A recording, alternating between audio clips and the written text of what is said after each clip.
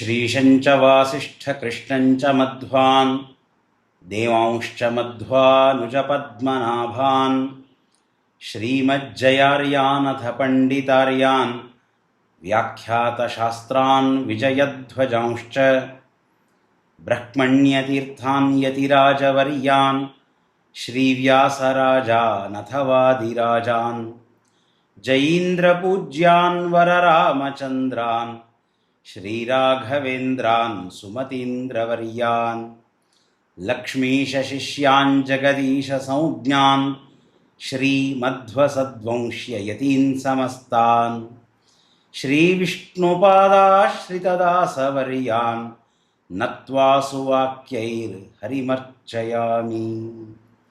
ಶ್ರೀಮದ್ವಿದ್ಯಾವಾರಿಧಿತೀರ್ಥಗುರುಭ್ಯೋ ನಮಃ.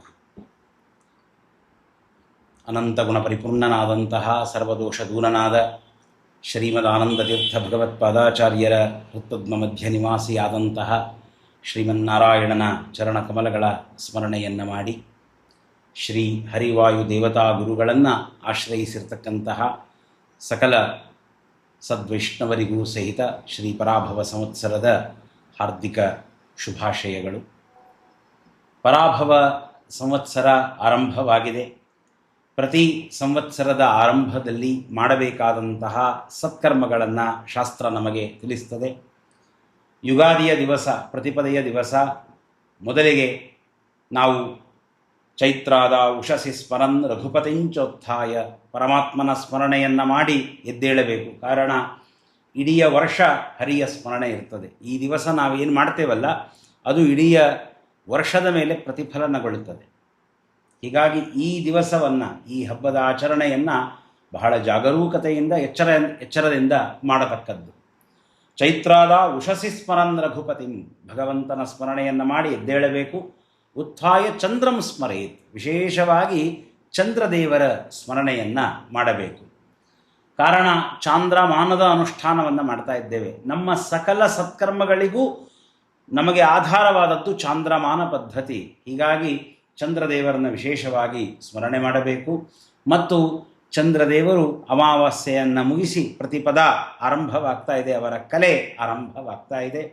ಹೀಗಾಗಿ ನಮ್ಮ ಅಭಿವೃದ್ಧಿ ಈ ವರ್ಷದಲ್ಲಿ ಆಧ್ಯಾತ್ಮಿಕವಾಗಿ, ಲೌಕಿಕವಾಗಿ ನಮ್ಮ ಅಭಿವೃದ್ಧಿ ಆಗಬೇಕು ಅಂತ ಹೇಳಿ ಆ ಚಂದ್ರದೇವರ ಸ್ಮರಣೆಯನ್ನು, ಚಂದ್ರವಂಶದಲ್ಲಿ ಬಂದ ಶ್ರೀಕೃಷ್ಣ ದೇವರ ಸ್ಮರಣೆಯನ್ನು ಮಾಡಿ ವೃದ್ಧಾಜ್ಞಾಂ ಅನುಗೃಹ್ಯ, ದೊಡ್ಡವರಿಗೆ ನಮಸ್ಕಾರಗಳನ್ನು ಮಾಡಬೇಕು. ಅದಾದ ನಂತರ ಅಭ್ಯಂಜನಾದಿಗಳನ್ನು ಮಾಡಿಕೊಂಡು ದೇವರ ಪೂಜೆಯನ್ನು ಮಾಡಿ ದೇವರಿಗೆ ಬೇವು ಬೆಲ್ಲಗಳ ಸಮರ್ಪಣೆಯನ್ನು ಮಾಡಬೇಕು. ದೊಡ್ಡವರಿಗೆ ನಮಸ್ಕಾರಗಳನ್ನು ಮಾಡಿ ಪಂಚಾಂಗ ಶ್ರವಣವನ್ನು ಸಹಿತ ಮಾಡಬೇಕು. ವಕ್ತ್ರಂ ವೀಕ್ಷ್ಯಚ ದರ್ಪಣೆ, ಒಳ್ಳೆಯ ಶ್ರೇಷ್ಠವಾದಂತಹ ವಸ್ತ್ರವನ್ನು ಉಟ್ಟುಕೊಂಡು, ಹೊಸದಾದ ವಸ್ತ್ರವನ್ನು ಉಟ್ಟುಕೊಂಡು ಕನ್ನಡಿಯಲ್ಲಿ ಮುಖವನ್ನು ನೋಡಿಕೊಂಡು, ಅರ್ಥಾತ್ ಅಲಂಕಾರ ಮಾಡಿಕೊಂಡು ಅಂತ ಅರ್ಥ, ನೋಡಿಕೊಂಡು ಆ ನಂತರ ಹಿರಿಯರಿಗೆ ಮತ್ತೊಮ್ಮೆ ನಮಸ್ಕಾರವನ್ನು ಮಾಡಿ ಸುಮನಸೋ ದೈವಜ್ಞ ಮಿತ್ರಾನ್ವಿತ ಪಂಚಾಂಗಂ ಶೃಣುಯಾನ್ ನೃಪಃ ಪ್ರಮುದಿತಃ ಸಂಭಾವ್ಯ ದೈವಜ್ಞಕಾನ್ ಸಂಭಾವ್ಯ, ಜ್ಯೋತಿಷಿಗಳನ್ನು ಆಧರಿಸಿ ಅವರಿಗೆ ಗೌರವವನ್ನು ಮಾಡಿ ಫಲತಾಂಬೂಲಗಳನ್ನು ಅವರಿಗೆ ಸಮರ್ಪಣೆ ಮಾಡಿ, ದಕ್ಷಿಣೆಯನ್ನು ಸಮರ್ಪಣೆ ಮಾಡಿ ಪಂಚಾಂಗ ಶ್ರವಣವನ್ನು ಮಾಡಬೇಕು. ಜ್ಯೋತಿಷ್ಯದಲ್ಲಿ ಬಹಳ ದೊಡ್ಡ ನಿಯಮ ಏನು ಅಂತಂದರೆ, ನಾವು ದಕ್ಷಿಣೆಯನ್ನು ಸಮರ್ಪಣೆ ಮಾಡಿದಾಗ ಮಾತ್ರ ಅದರ ಫಲ ನಮಗೆ ಬರ್ತದೆ, ಇಲ್ಲದಿದ್ದರೆ ಫಲ ಬರುವುದಿಲ್ಲ. ಹೀಗಾಗಿ ಫಲ, ಪುಷ್ಪ, ತಾಂಬೂಲಗಳ ಸಮೇತವಾಗಿ ರಾಜನಾದವನು ಆ ಜ್ಯೋತಿಷಿಗಳಿಗೆ ಅದನ್ನು ನೀಡಿ ಅವರಿಂದ ಪಂಚಾಂಗ ಶ್ರವಣವನ್ನು ಮಾಡಬೇಕು ಅಂತ ರಾಜರಿಗೆ ವಿಧಾನವನ್ನು ಮಾಡ್ತದೆ.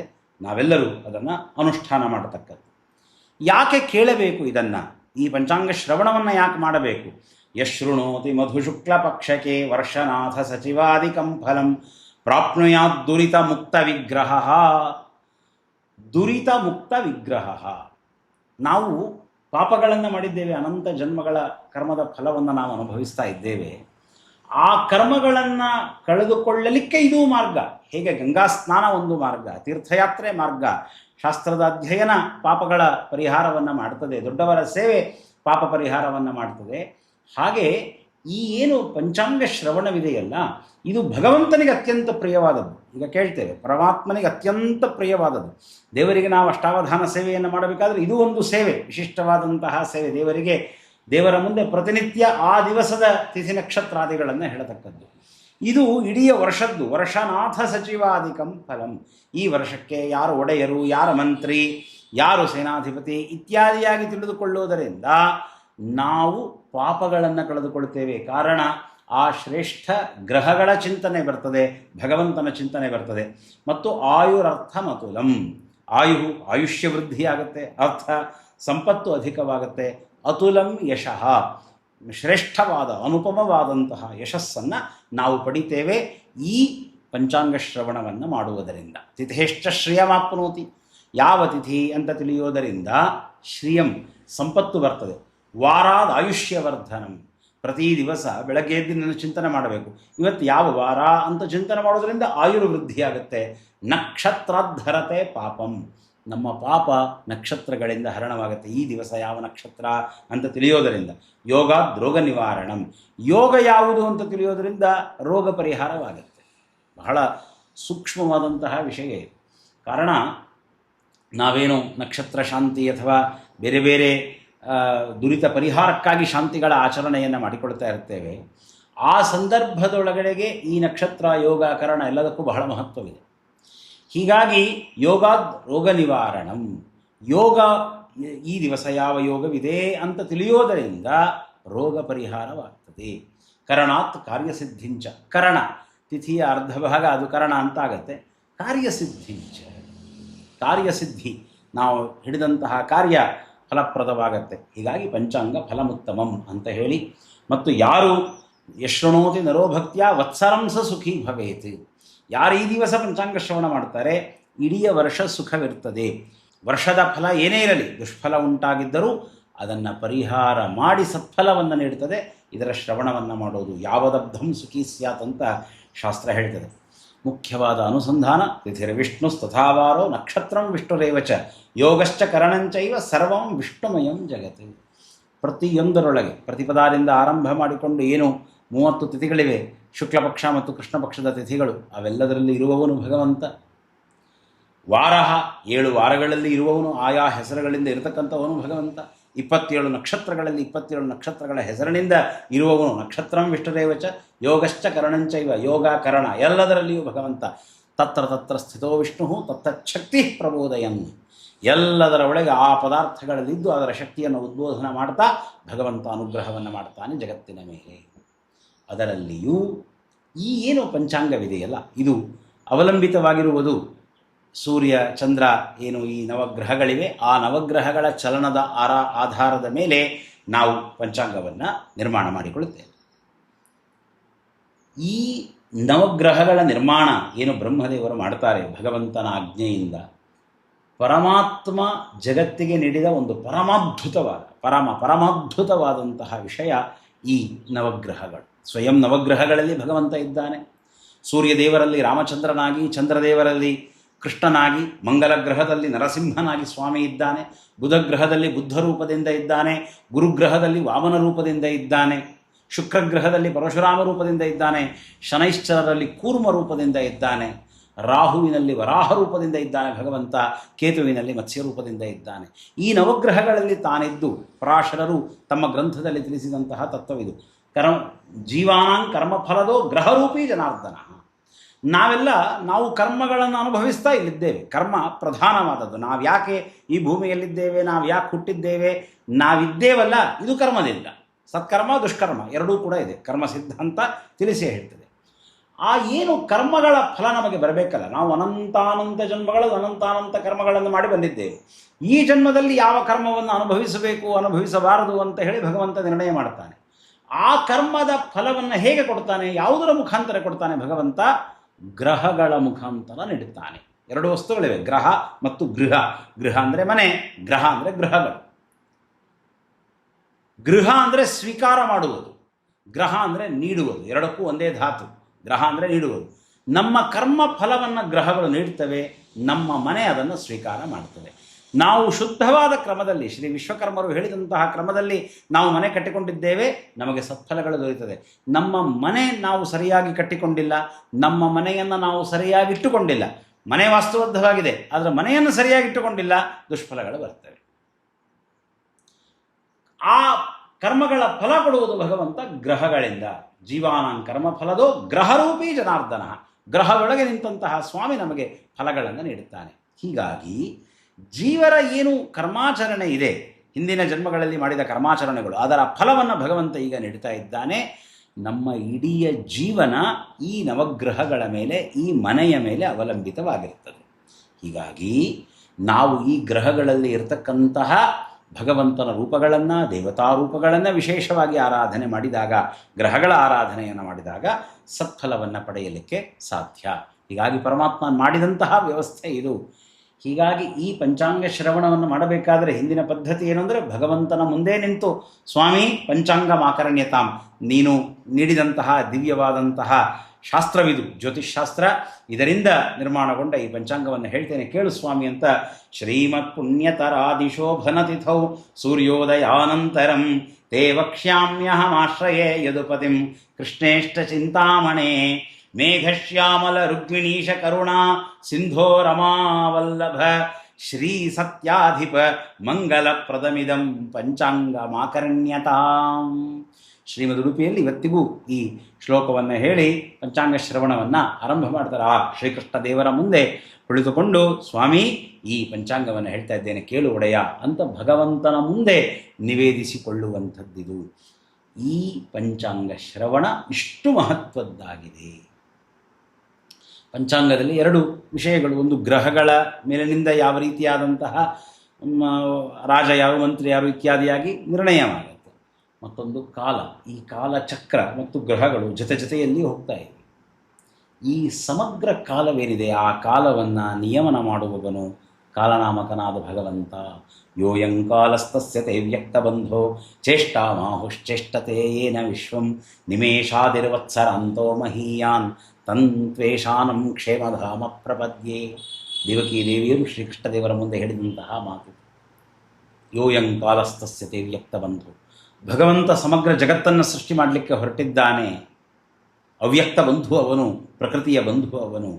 ಈ ಕಾಲವನ್ನು ಸೃಷ್ಟಿ ಮಾಡ್ತಾನೆ. ಲಕ್ಷ್ಮೀದೇವಿಯರಿಂದ ಅಭಿಮನ್ಯಮಾನವಾದಂತಹ ಕಾಲ ನಿಮೇಷಾದಿರ್ ವತ್ಸರಾಂತಹ. ನಿಮೇಷ ಅಂದರೆ ನಾವು ರೆಪ್ಪೆ ಬಿಡಿಯುವಂತಹ ಸಮಯ, 0.17 ಸೆಕೆಂಡ್ಸ್ ಇವತ್ತಿನ ಲೆಕ್ಕದಲ್ಲಿ ಹೇಳಬೇಕಂದ್ರೆ. ಅದರಿಂದ ಆರಂಭ ಮಾಡಿಕೊಂಡು ನಿಮೇಷ, ಲವ, ತ್ರುಟಿ ಎಲ್ಲ ಏನು ಸಮಯಗಳಿವೆ, ವತ್ಸರಾಂತಹ ವರ್ಷದವರೆಗೆ ಇದೆ. ಅದಾದ ನಂತರ ಯುಗಗಳು, ಮಹಾಯುಗಗಳು, ಏನು ಬ್ರಹ್ಮದೇವರ ಆಯುಷ್ಯ, ಇವೆಲ್ಲವೂ ಇದೆ. ಇದೆಲ್ಲದಕ್ಕೂ ಒಡೆಯನಾದವನು ನಮ್ಮ ಸ್ವಾಮಿ, ಜಗದೊಡೆಯನಾದ ಶ್ರೀಮನ್ನಾರಾಯಣ ಕಾಲನಾಮಕನಾಗಿ ಇವೆಲ್ಲದರಲ್ಲಿ ನಿಂತಿದ್ದಾನೆ. ನಾವು ಶ್ವಾಸೋಚ್ಛ್ವಾಸವನ್ನು ಮಾಡ್ತೇವೆ. ಅದಕ್ಕೆ 4 ಸೆಕೆಂಡ್ಗಳ ಕಾಲ ಬೇಕು. ಅದನ್ನು ಪ್ರಾಣ ಅಂತ ಹೇಳಿ ಕರೀತಾರೆ. ಏನೊಮ್ಮೆ ನಾವು ಶ್ವಾಸೋಚ್ಛ್ವಾಸವನ್ನು ಮಾಡ್ತೇವೆ, ಸಮಗ್ರ ಭಚಕ್ರ ಒಂದು ಕಲೆ ಮುಂದಕ್ಕೆ ಹೋಗುತ್ತೆ. 21,600 ಕಲೆಗಳಿವೆ, ಒಂದು ಕಲೆ ಮುಂದಕ್ಕೆ ಹೋಗುತ್ತೆ. ಆ ತರಹದ 6 ಪ್ರಾಣಗಳಾದಾಗ, ಅಂದರೆ 24 ಸೆಕೆಂಡ್ಗಳಾದಾಗ ಒಂದು ಪಳ ಅಂತ ಹೇಳಿ ಕರೀತಾರೆ. ಆ ತರಹದ 60 ಪಳಗಳಾದಾಗ, ಅಂದರೆ 1440 ಸೆಕೆಂಡ್ಗಳು ಅಥವಾ 24 ನಿಮಿಷ, ಇದೆಲ್ಲವೂ ಕೂಡ ಮೀನ್ ಸಮಯ ಇದೆ. ಅಂದರೆ ಒಂದು ಸಮಗ್ರವಾಗಿ ಇದು 24ಕ್ಕಿಂತ ಕಡಿಮೆಯೂ ಆಗುತ್ತೆ, 24ಕ್ಕಿಂತ ಹೆಚ್ಚು ಆಗುತ್ತೆ. ಆದರೆ ಅದರ ಆ್ಯಾವರೇಜನ್ನು ತೆಗೆದುಕೊಂಡಾಗ 24 ಅಂತಾಗತ್ತೆ. ಆ ತರಹದ ಸಮಯವಿದು. 2 ಗಳಿಗೆ ಅಂದರೆ 48 ನಿಮಿಷಗಳು, ಅದು ಒಂದು ಮುಹೂರ್ತವಾಯಿತು. ಆ ತರಹದ ಮುಹೂರ್ತಗಳು 30 ಮುಹೂರ್ತಗಳಾದರೆ ಹಗಲಿನಲ್ಲಿ 15, ರಾತ್ರಿಯಲ್ಲಿ 15, ಆ ರೀತಿಯಾಗಿ ವಿಭಾಗವಿದೆ. ಇಲ್ಲಿ ತಿಳಿಬೇಕಾದ ಬಹಳ ಸೂಕ್ಷ್ಮ ವಿಷಯಗಳಿದೆ. ಶ್ರೀಮದ್ ಆನಂದ ತೀರ್ಥ ಭಗವತ್ಪಾದಾಚಾರ್ಯರು ಇಲ್ಲಿ ನಿರ್ಣಯವನ್ನು ಕೊಡ್ತಾರೆ ನಮಗೆ. ಇಲ್ಲಿ ನಮಗೆ ನಿರ್ಣಯ ಮಾಡಲಿಕ್ಕೆ ಸಾಧ್ಯವಾಗುವುದಿಲ್ಲ. ಕಾರಣ ನಾವು ಈಕ್ವೇಟರ್ಗೆ ಹತ್ತಿರದಲ್ಲಿದ್ದೇವೆ. ಯಾವಾಗ ಉತ್ತರ ಧ್ರುವಕ್ಕೆ ಹತ್ತಿರವಾಗ್ತಾ ಹೋಗುತ್ತೆ, ಆ ಪ್ರದೇಶಗಳೊಳಗಡೆಗೆ ಈ ಹಗಲು ರಾತ್ರಿಗಳ ಬಹಳ ವ್ಯತ್ಯಾಸವಿರುತ್ತದೆ. ನಮಗೆ ಸಾಮಾನ್ಯವಾಗಿ 12 ಗಂಟೆ ಹಗಲು, 12 ಗಂಟೆ ರಾತ್ರಿ. ಅಲ್ಲಿ 1 ಗಂಟೆ ಹಗಲು, 23 ಗಂಟೆ ರಾತ್ರಿ, 1 ನಿಮಿಷ 2 ನಿಮಿಷ ಹಗಲು, ಮತ್ತು 6 ತಿಂಗಳು ಪೂರ್ತಿಯಾಗಿ ರಾತ್ರಿ, 6 ತಿಂಗಳು ಪೂರ್ತಿ ಹಗಲು, ಹೀಗೆಲ್ಲ ಅಲ್ಲಿ ವ್ಯತ್ಯಾಸವಿರುತ್ತೆ. ಅಲ್ಲೆಲ್ಲ ಹೇಗೆ ನಿರ್ಣಯ ಮಾಡಿಕೊಳ್ಬೇಕು ಅನ್ನೋದಕ್ಕೂ ಸಹಿತ ಶ್ರೀಮದ್ ಆಚಾರ್ಯರು ನಿರ್ಣಯವನ್ನು ಕೊಟ್ಟಿದ್ದಾರೆ. ಹೀಗೆ 15 ಮುಹೂರ್ತ ಹಗಲಿನಲ್ಲಿ, 15 ಮುಹೂರ್ತ ರಾತ್ರಿಯಲ್ಲಿ 60 ಗಳಿಗೆ ಆಯಿತು. ಆ 60 ಗಳಿಗೆ ಅಂದರೆ 30 ಮುಹೂರ್ತಗಳು 60 ಗಳಿಗೆ ಒಂದು ದಿವಸ, 15 ದಿವಸಗಳಾದರೆ ಒಂದು ಪಕ್ಷ, 2 ಪಕ್ಷಗಳಾದರೆ ಒಂದು ಮಾಸ, 2 ಮಾಸಗಳಾದರೆ ಒಂದು ಋತು, 3 ಋತುಗಳಾದರೆ ಒಂದು ಅಯನ, 2 ಅಯನಗಳಾದರೆ ಒಂದು ಸಂವತ್ಸರ.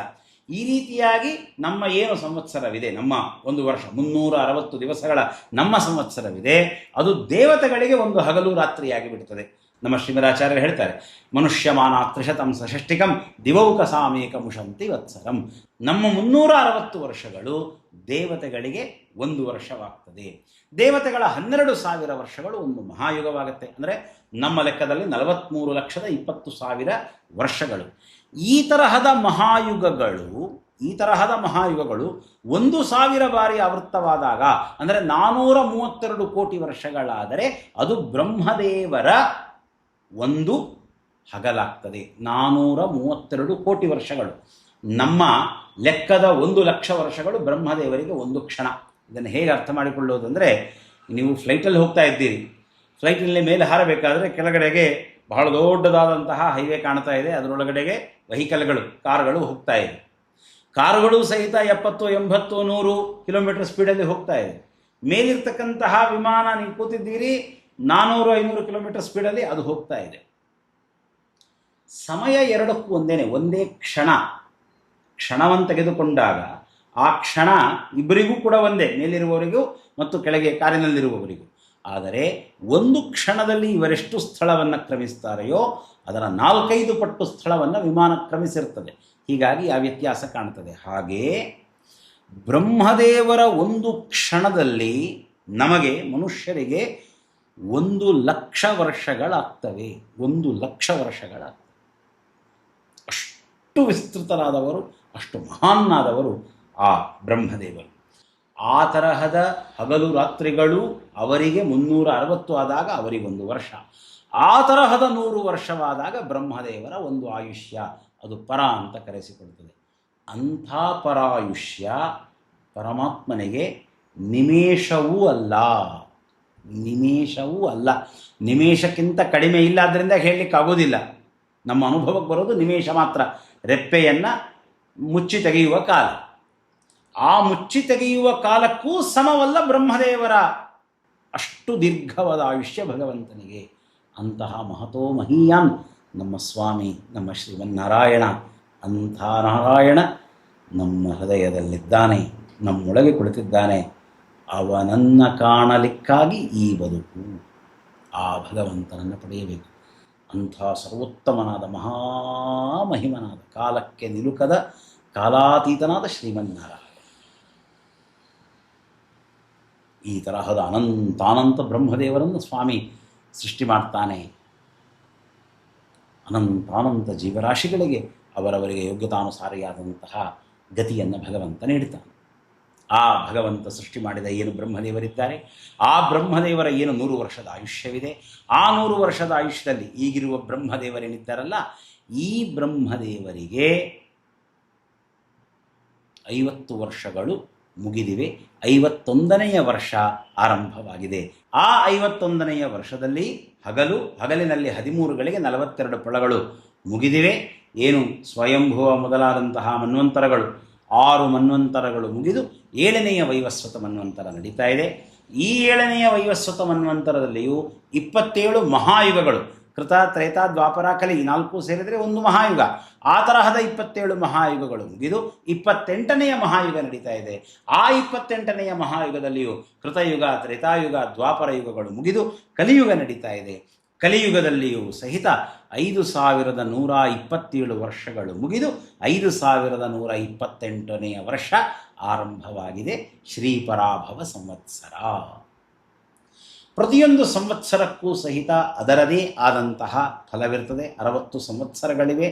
ಯಾವ ಸಂವತ್ಸರದಲ್ಲಿ ಯಾವ ರೀತಿಯಾದ ಫಲ ಬರಬೇಕು ಅಂತ ಭಗವಂತ ನಿರ್ಣಯ ಮಾಡಿದ್ದಾನೆ, ಬ್ರಹ್ಮದೇವರು ನಿರ್ಣಯ ಮಾಡಿದ್ದಾರೆಯೋ ಅದೇ ರೀತಿಯಾದ ಹೆಸರುಗಳು ಆ ಸಂವತ್ಸರಗಳಿಗೆ ಇವೆ.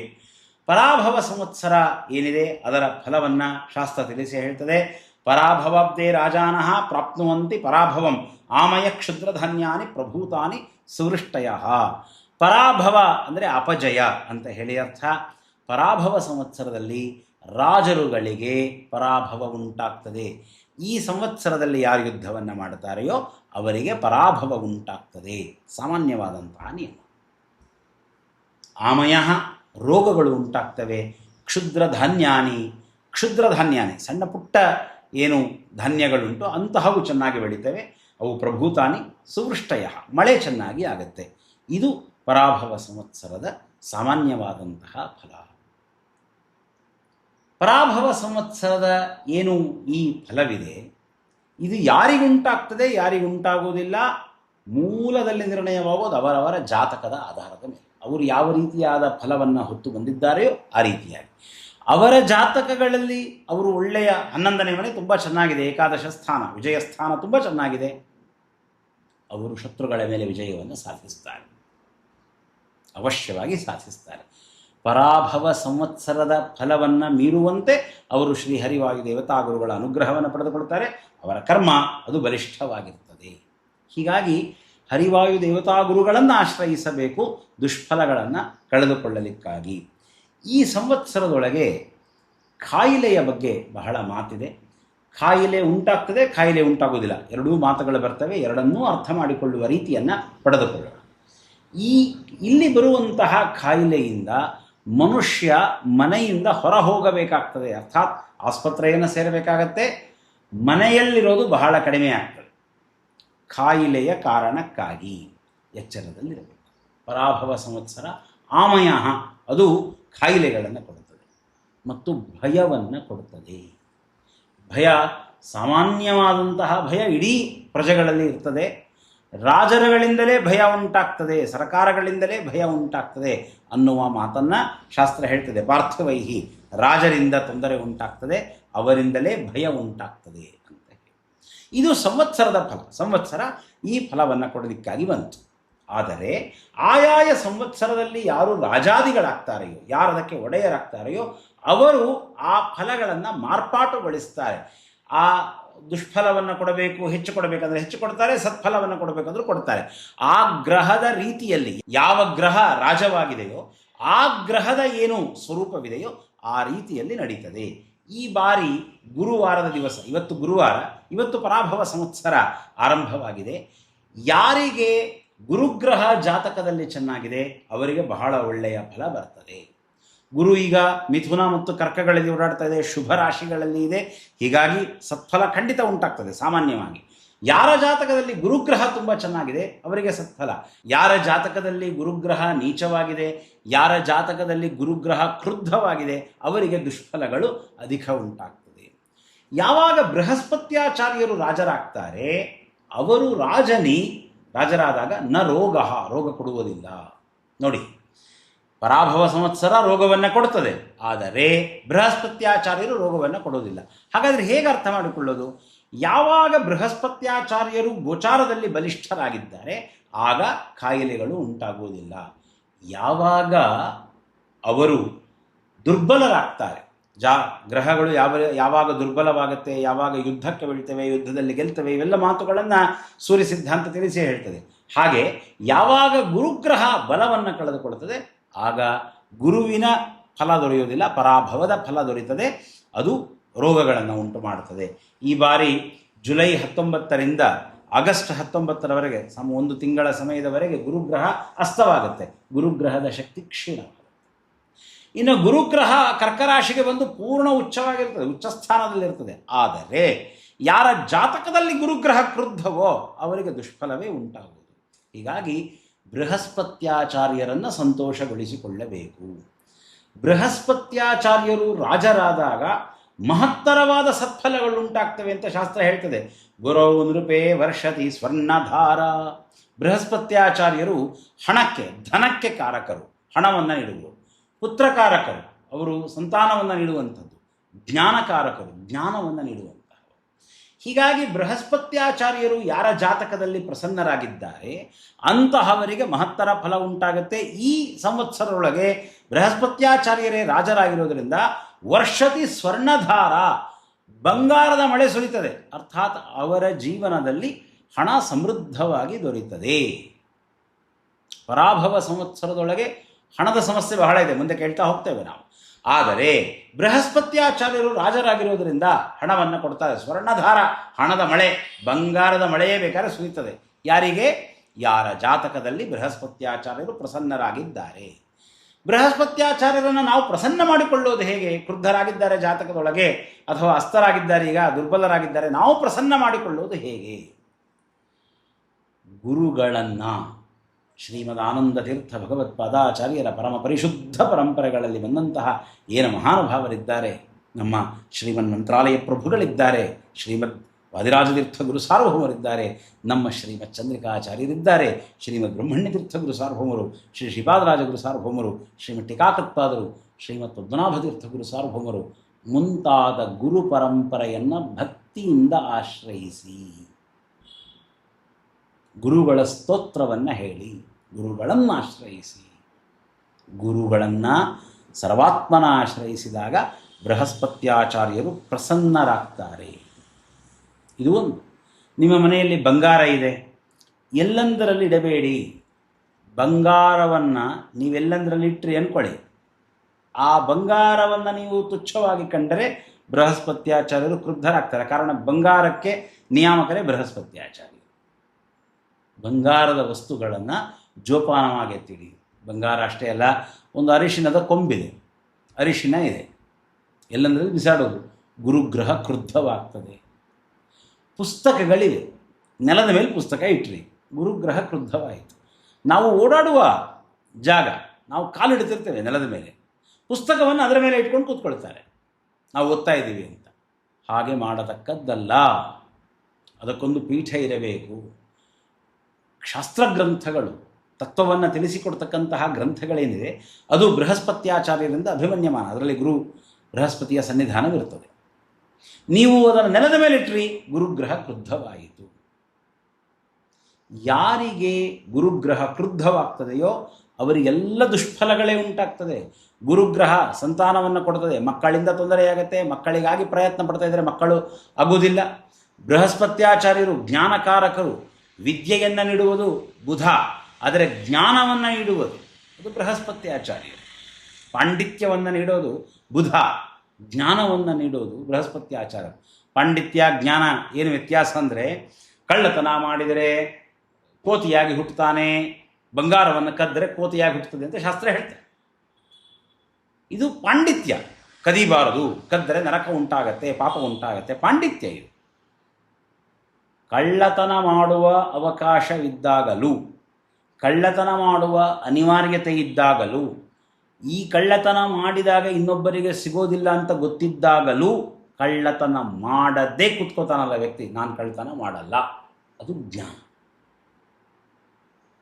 ಯಾವುದೇ ಪಾಪ, ಕಳ್ಳತನ ಆಗಲಿ, ಹಾದರ ಆಗಲಿ, ಮತ್ತೊಂದಾಗಲಿ, ಯಾವುದೇ ಪಾಪಕರ್ಮದ ಆಚರಣೆಯನ್ನು ನಾವು ಮಾಡಲಿಕ್ಕೆ ಅವಕಾಶ ಇದೆ, ಇನ್ನೊಬ್ಬರಿಗೆ ಗೊತ್ತಾಗೋದಿಲ್ಲ, ಆದರೂ ನಾವು ಪಾಪ ಮಾಡದೆ ಶುದ್ಧವಾಗಿದ್ದೇವೆ, ಅದು ಜ್ಞಾನ. ನಾನು ಪಾಪ ಮಾಡಬಾರದು ಅನ್ನೋ ಜ್ಞಾನ. ಅಲ್ಲಿ ಇದು ಮಾಡಿದ್ರೆ ಅದಾಗತ್ತೆ ಅನ್ನುವಂತಹ ಪಾಂಡಿತ್ಯ ಇರಬೇಕು ಇರಬಾರ್ದು ಅದು ಯಾವ ನಿಯಮ ಇಲ್ಲ. ಇಲ್ಲಪ್ಪ, ನಾನು ಮಾಡೋದಿಲ್ಲ, ಈ ಕೆಟ್ಟ ಕೆಲಸ ನಾನು ಮಾಡೋದಿಲ್ಲ, ಅದು ಜ್ಞಾನ.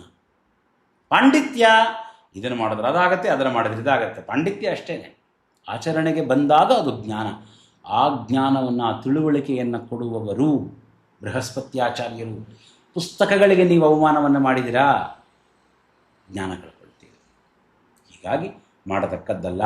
ಬೃಹಸ್ಪತ್ಯಾಚಾರ್ಯರನ್ನು ಪ್ರಸನ್ನರನ್ನಾಗಿ ಮಾಡಿಕೊಳ್ಳಬೇಕು. ಗುರೌ ನೃಪೇ ವರ್ಷತಿ ಸ್ವರ್ಣಧಾರ ಮಹೀ ಭವೇತ್ ಕಾಮ ದುಘಾಶ್ಚ ದೇನಮಃ. ಹಸುಗಳು ಚೆನ್ನಾಗಿರ್ತವೆ. ಈ ವರ್ಷದ ಒಟ್ಟಾರೆಯ ಫಲ ಹಸುಗಳು ಚೆನ್ನಾಗಿರ್ತವೆ. ಕಾರಣ ಲೋಕೋಪಕಾರವನ್ನು ಮಾಡ್ತದೆ. ಗುರುಗಳು ಅವರು ಲೋಕೋಪಕಾರಶೀಲರು. ನಿಮಗೆ ಲೋಕೋಪಕಾರ ಮಾಡುವಂತಹ ಬುದ್ಧಿ ಇಲ್ಲ ಅಂತಾದರೆ ಗುರು ಆಗಲಿಕ್ಕೆ ಸಾಧ್ಯವಿಲ್ಲ. ಉಪಕಾರ ಅಂತನ್ನೋದು ಗುರುವಿನ ಒಂದು ಲಕ್ಷಣ, ಪರಮೋಪಕಾರ. ಆ ರೀತಿಯಾದ ಉಪಕಾರವನ್ನು ಮಾಡುವಂತಹವು ಹಸುಗಳು. ಹೀಗಾಗಿ ಈ ಪರಾಭವ ಸಂವತ್ಸರದಲ್ಲಿ ಬೃಹಸ್ಪತ್ಯಾಚಾರ್ಯರು ರಾಜರಾಗಿರೋದರಿಂದ ಹಸುಗಳು ಚೆನ್ನಾಗಿರ್ತವೆ, ಹಸುಗಳು ಸಮೃದ್ಧವಾಗಿರ್ತವೆ. ಕಾಮದುಘಾಶ್ಚ ಧೇನವಃ, ಅಪೇಕ್ಷೆ ಪಟ್ಟಷ್ಟು ಹಾಲನ್ನು ನೀಡುತ್ತವೆ. ಜಯಂತಿ ವಿಪ್ರ ಬಹವೋಗ್ನಿಹೋತ್ರಿಣ. ಪರಾಭವ ಸಂವತ್ಸರ ಪರಾಜಯವನ್ನು ಕೊಡ್ತದೆ ಅಂತ ಹೇಳಿದ್ರು. ಬೃಹಸ್ಪತ್ಯಾಚಾರ್ಯ ಬಂದು ಕೂತರು. ಇಲ್ಲ, ಜಯಂತಿ ವಿಪ್ರ, ಬ್ರಾಹ್ಮಣರು ಜಯಶೀಲರಾಗ್ತಾರೆ. ಎಂಥ ಬ್ರಾಹ್ಮಣರು? ಅಗ್ನಿಹೋತ್ರಿಣ, ಭಗವಂತನನ್ನು ಆಶ್ರಯಿಸಿದಂತಹ ಶ್ರೀ ಹರಿವಾಯು ದೇವತಾ ಗುರುಗಳನ್ನು ಯಾರು ಆಶ್ರಯಿಸ್ತಾರೆ, ಯಾರು ಸತ್ಯವನ್ನು ಆಶ್ರಯಿಸ್ತಾರೆ, ಯಾರು ಸತ್ಯವಾದ ಶ್ರೀಮದ್ ಆನಂದತೀರ್ಥ ಭಗವತ್ಪಾದಾಚಾರ್ಯರ ಸಿದ್ಧಾಂತವನ್ನು ಆಶ್ರಯಿಸ್ತಾರೆ, ಜಯಂತಿ, ಜಯಶೀಲರಾಗಿ ಇರ್ತಾರೆ. ಯಾರು ಅಸತ್ಯದ ಮಾರ್ಗಕ್ಕೆ ಹೋಗ್ತಾರೆ, ಅಲ್ಲಿ ಅಪಜಯ ಉಂಟಾಗುತ್ತೆ. ಬೃಹಸ್ಪತ್ಯಾಚಾರ್ಯರಲ್ಲೇ ಎರಡು ರೂಪವಿದೆ, ಒಂದು ನಾಸ್ತಿಕ ರೂಪ, ಇನ್ನೊಂದು ಆಸ್ತಿಕ ರೂಪ ಅಂತ. ನಾಸ್ತಿಕ ಶಾಸ್ತ್ರವನ್ನು ಭಗವಂತನ ಆಜ್ಞೆಯಂತೆ ಪ್ರವರ್ತನ ಮಾಡಿದವರು ಬೃಹಸ್ಪತ್ಯಾಚಾರ್ಯರು. ಆ ನಾಸ್ತಿಕ ಮತ ಪ್ರವರ್ತನ ಮಾಡಿದ ಬೃಹಸ್ಪತ್ಯಾಚಾರ್ಯರಿಗೆ ಪರಾಭವದ ಕಥೆಯನ್ನು ಸಹಿತ ಪುರಾಣಗಳು ತಿಳಿಸಿ ಹೇಳ್ತೇವೆ. ಆದರೆ ಭಗವಂತನನ್ನು ತಿಳಿಸಿ ಹೇಳುವ ಶಾಸ್ತ್ರವನ್ನು ಉಪದೇಶ ಮಾಡುವ ಏನು ಬೃಹಸ್ಪತ್ಯಾಚಾರ್ಯರಿದ್ದಾರೆ ಅವರಿಗಷ್ಟೇ ಅಲ್ಲ, ಅವರನ್ನು ಆಶ್ರಯಿಸಿದ ಸಮಗ್ರ ದೇವತಾ ವೃಂದಕ್ಕೆ ಸಹಿತ ಸದಾ ವಿಜಯ ಉಂಟಾಗ್ತದೆ. ಹೀಗಾಗಿ ಭಗವಂತನನ್ನು, ಸತ್ಯವನ್ನು, ಶುದ್ಧವಾದದ್ದನ್ನು ನಾವು ಆಶ್ರಯಿಸಬೇಕು. ಅಂತಹವರು ಜಯಂತಿ, ಜಯಶೀಲರಾಗ್ತಾರೆ. ಪರಾಭವ ಸಂವತ್ಸರ ಪರಾಭವ ಕೊಡಬಹುದು, ಆದರೆ ಬೃಹಸ್ಪತ್ಯಾಚಾರ್ಯರು ರಾಜರಾಗಿ ಯಾರು ಸತ್ಯದ ಮಾರ್ಗದಲ್ಲಿ ನಡೀತಾರೆ, ಯಾರು ಅಗ್ನಿಹೋತ್ರಗಳು ಅರ್ಥಾತ್ ಭಗವಂತನನ್ನು ಆಶ್ರಯಿಸಿದ್ದಾರೆ ಅವರಿಗೆ ಜಯ ಉಂಟಾಗ್ತದೆ. ಮಹೋತ್ಸವಾಹ ಸರ್ವಜನಾನುವರ್ತತೆ, ಎಲ್ಲ ಜನರಿಗೂ ಸಹಿತ ಜನರ ಮನೆಗಳಲ್ಲಿ ಮಹೋತ್ಸವಗಳು ಉಂಟಾಗ್ತವೆ ಬೃಹಸ್ಪತ್ಯಾಚಾರ್ಯರು ಪ್ರಸನ್ನರಾಗಿದ್ದಾಗ. ಇನ್ನು ಒಂದು ರಾಜ್ಯ ಅಂದಾಗ ಒಬ್ಬ ರಾಜ, ಮಂತ್ರಿ, ಕೋಶಾಧಿಪತಿ, ಸೈನ್ಯಾಧಿಪತಿ ಹೀಗೆಲ್ಲ ಇರ್ತಾರೆ. ಈ ಸಂವತ್ಸರದ ರಾಜ್ಯದೊಳಗೆ ರಾಜ ಬೃಹಸ್ಪತ್ಯಾಚಾರ್ಯರು, ಮಂತ್ರಿ ಯಾರು ಅಂದಾಗ ಯಾವ ವಾರ ಸೂರ್ಯಗ್ರಹ ಮೇಷರಾಶಿಯನ್ನು ಪ್ರವೇಶ ಮಾಡುತ್ತದೆಯೋ ಆ ವಾರಕ್ಕೆ ಅಧಿಪತಿಯಾದಂತಹ ಗ್ರಹ ಮಂತ್ರಿಯಾಗ್ತದೆ. ಈ ಬಾರಿ ಮಂಗಳವಾರದ ದಿವಸ ಮೇಷ ಸಂಕ್ರಮಣವಾಗ್ತಾ ಇರೋದರಿಂದ ಮಂಗಳ, ಕುಜಗ್ರಹ ಇದು ಮಂತ್ರಿಯಾಗಿರ್ತದೆ. ಕುಜಗ್ರಹ ಮಂತ್ರಿಯಾದಾಗ ಖಂಡವೃಷ್ಟಿಸ್ತು ಸಸ್ಯಾನಾಂ ಧಾನ್ಯಾನಾಂಚ ಮಹರ್ಘತ ಕ್ರೀಡಂತಿ ತಸ್ಕರಾಸ್ತತ್ರ ಯತ್ರ ಮಂತ್ರಿ ಧರಾಸುತಃ. ಖಂಡವೃಷ್ಟಿ ಸಸ್ಯಾನಾಂ ಧಾನ್ಯಾನಾಂಚ ಮಹರ್ಘತ, ನಿರಂತರವಾದ ಮಳೆಯಾಗುವುದಿಲ್ಲ, ಬಿಟ್ಟು ಬಿಟ್ಟು ಮಳೆಯಾಗ್ತದೆ ಕುಜ ಇದ್ದಾಗ. ಕುಜನ ಕೆಲಸ ಮತ್ತು ಶುಕ್ರನ ಕೆಲಸ, ಈ ಎರಡು ಗ್ರಹಗಳೇನಿದೆಯಲ್ಲ, ಮಳೆಗೆ ಬಹಳ ಮಳೆಯನ್ನು ನೀಡುವಂತಹ, ಮಳೆಯನ್ನು ನಿಯಂತ್ರಣ ಮಾಡುವಂತಹ ದೇವತೆಗಳೇ. ಈ ಗ್ರಹಗಳು, ಅದರಲ್ಲಿಯೂ ಕುಜ ಬ್ರೇಕ್ ಇದ್ದ ಹಾಗೆ, ಆಕ್ಸಲರೇಟರ್ ಏನಿದೆ ಅದು ಗಾಡಿಯನ್ನು ಮುಂದಕ್ಕೆ ಓಡಿಸ್ತದೆ, ಬ್ರೇಕ್ ಗಾಡಿಯನ್ನು ನಿಲ್ಲಿಸ್ತದೆ. ಆ ಆಕ್ಸಲರೇಟರ್ ಕೆಲಸವನ್ನು ಶುಕ್ರಗ್ರಹ ಮಾಡ್ತದೆ, ಬ್ರೇಕಿನ ಕೆಲಸವನ್ನು ಮಂಗಳ ಗ್ರಹ ಮಾಡ್ತದೆ. ಅತಿ ಮಳೆಯೂ ಆಗಬಾರದು, ಆದರೆ ಕೆಲವು ಬಾರಿ ಬ್ರೇಕ್ ಮೇಲೆ ಕಾಲಿಟ್ಟರೆ ನಿಮಗೆ ಗಾಡಿಯ ಮುಂದೆ ಹೋಗೋದಿಲ್ಲ. ಕುಜಗ್ರಹ ಆಧಿಪತ್ಯಕ್ಕೆ ಬಂದಾಗ ಮಳೆಗೆ ಸ್ವಲ್ಪ ತೊಂದರೆ ಉಂಟಾಗ್ತದೆ. ಧಾನ್ಯಾನಾಂಚ ಮಹರ್ಘತ, ಬೆಲೆ ಜಾಸ್ತಿ ಆಗ್ತದೆ, ನಿರಂತರವಾಗಿ ಆಗ್ತಾನೇ ಇದೆ. ಕ್ರೀಡಂತಿ ತಸ್ಕರಾಸ್ತತ್ರ, ಕುಜಗ್ರಹ ಏನು ಪೊಲೀಸ್ ಇದ್ದಾರೆ ಅಥವಾ ಆರ್ಮಿ ಇದ್ದಾರೆ, ಈ ಎಲ್ಲ ಏನು ಜನ ಇದ್ದಾರಲ್ಲ ಇವರನ್ನು ಪ್ರತಿನಿಧಿಸುತ್ತದೆ. ಮಂತ್ರಿ ಕುಜಗ್ರಹ ಆಗಿರುವುದರಿಂದ ಇವರ ಮಾತು ನಡೀತದೆ. ಈ ಯಾರು ಪೊಲೀಸ್ ವೃತ್ತಿಯೊಳಗಡೆಗಿದ್ದೀರಿ, ನೀವು ಹೇಳುವ ಮಾತನ್ನು ಮೇಲಿನವರು ಕೇಳ್ತಾರೆ. ಕಾರಣ ಕುಜಗ್ರಹ ಈ ಬಾರಿ ಮಂತ್ರಿಯ ಸ್ಥಾನದೊಳಗಿದೆ. ಕುಜಗ್ರಹ ಬಲಿಷ್ಠರನ್ನು ಸೂಚನೆ ಮಾಡುತ್ತದೆ. ಯಾರು ಯುವಕರಿದ್ದಾರೆ, ಬಲಿಷ್ಠರಿದ್ದಾರೆ, ಯಾರು ಬಲದ ಕಾರ್ಯವನ್ನು ಮಾಡ್ತಾರೆ ಅವರ ಮಾತು ನಡೀತದೆ. ಕುಜಗ್ರಹ, ಕ್ರುದ್ಧವಾದ ಕುಜಗ್ರಹ ಕಳ್ಳರನ್ನು ಸೂಚನೆ ಮಾಡ್ತದೆ.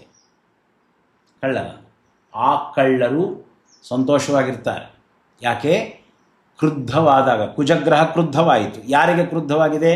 ಯಾರ ಮನೆಯಲ್ಲಿ ಕಳ್ಳತನ ಆಗ್ತಾ ಇದೆಯೋ ಅವರಿಗೆ ಕುಜಗ್ರಹ ಕ್ರುದ್ಧವಾಯಿತು. ಅವ್ರ ಮನೆಗೆ ಬಂದು ಕಳ್ಳರು ಬಂದು ಅಪಹಾರ ಮಾಡಿಕೊಂಡು ಹೋದರು. ಹೀಗಾಗಿ ಆ ಕಳ್ಳರು ಸಂತೋಷಪಟ್ಟರು, ಕಳ್ಳತನದ ಹಣ ಸಿಕ್ತು ಅಂತ ಹೇಳಿ. ಕುಜಗ್ರಹ ಕ್ರುದ್ಧವಾಗಬಾರದು. ಕುಜಗ್ರಹ ಕ್ರುದ್ಧವಾಗಬಾರದು ಅಂದರೆ ಏನು ಮಾಡಬೇಕು? ಮೊದಲಿಗೆ ನಮ್ಮ ದೇಹದ ಒಳಗಡೆಗೆ, ನಮ್ಮ ದೇಹದ ಬಲಿಷ್ಠತೆಯನ್ನು ಸೂಚನೆ ಮಾಡತಕ್ಕಂತಹ ಗ್ರಹ ಅದು ಕುಜಗ್ರಹ. ದೇಹಕ್ಕೆ ಆರೋಗ್ಯಕರವಾದಂತಹ ಆಹಾರವನ್ನು ಸ್ವೀಕಾರ ಮಾಡಿರಿ, ಹಿತವಾಗಿ ಮಿತವಾಗಿ ಸ್ವೀಕಾರ ಮಾಡಿ, ಅತಿಯಾಗಿ ಅಲ್ಲ, ಹಿತವಾಗಿ. ಯಾಕೆಂದರೆ ಕುಜಗ್ರಹ ಹಿತಮಿತವಾದದ್ದು, ಬ್ರೇಕ್ ನೀಡುವ ಗ್ರಹ ಅಂತ ಹೇಳಿದವಲ್ಲ, ಅದು ಹಿತಮಿತವಾಗಿ ಉಪಯೋಗಿಸಬೇಕು ಅದನ್ನು. ಹೀಗಾಗಿ ಆ ಆಹಾರವನ್ನು ಹಿತಮಿತವಾಗಿ ತೆಗೆದುಕೊಂಡು ನೀವು ದೇಹವನ್ನು ಪುಷ್ಟವಾಗಿಟ್ಟುಕೊಂಡ್ರೆ ಕುಜಗ್ರಹ ಪ್ರಸನ್ನವಾಗಿದೆ ಅಂತ ಅರ್ಥ. ಮೊದಲ ಹಂತದಲ್ಲೇ ನಿರ್ಣಯ ಮಾಡಿಕೊಂಡು ಬಿಡಬಹುದು.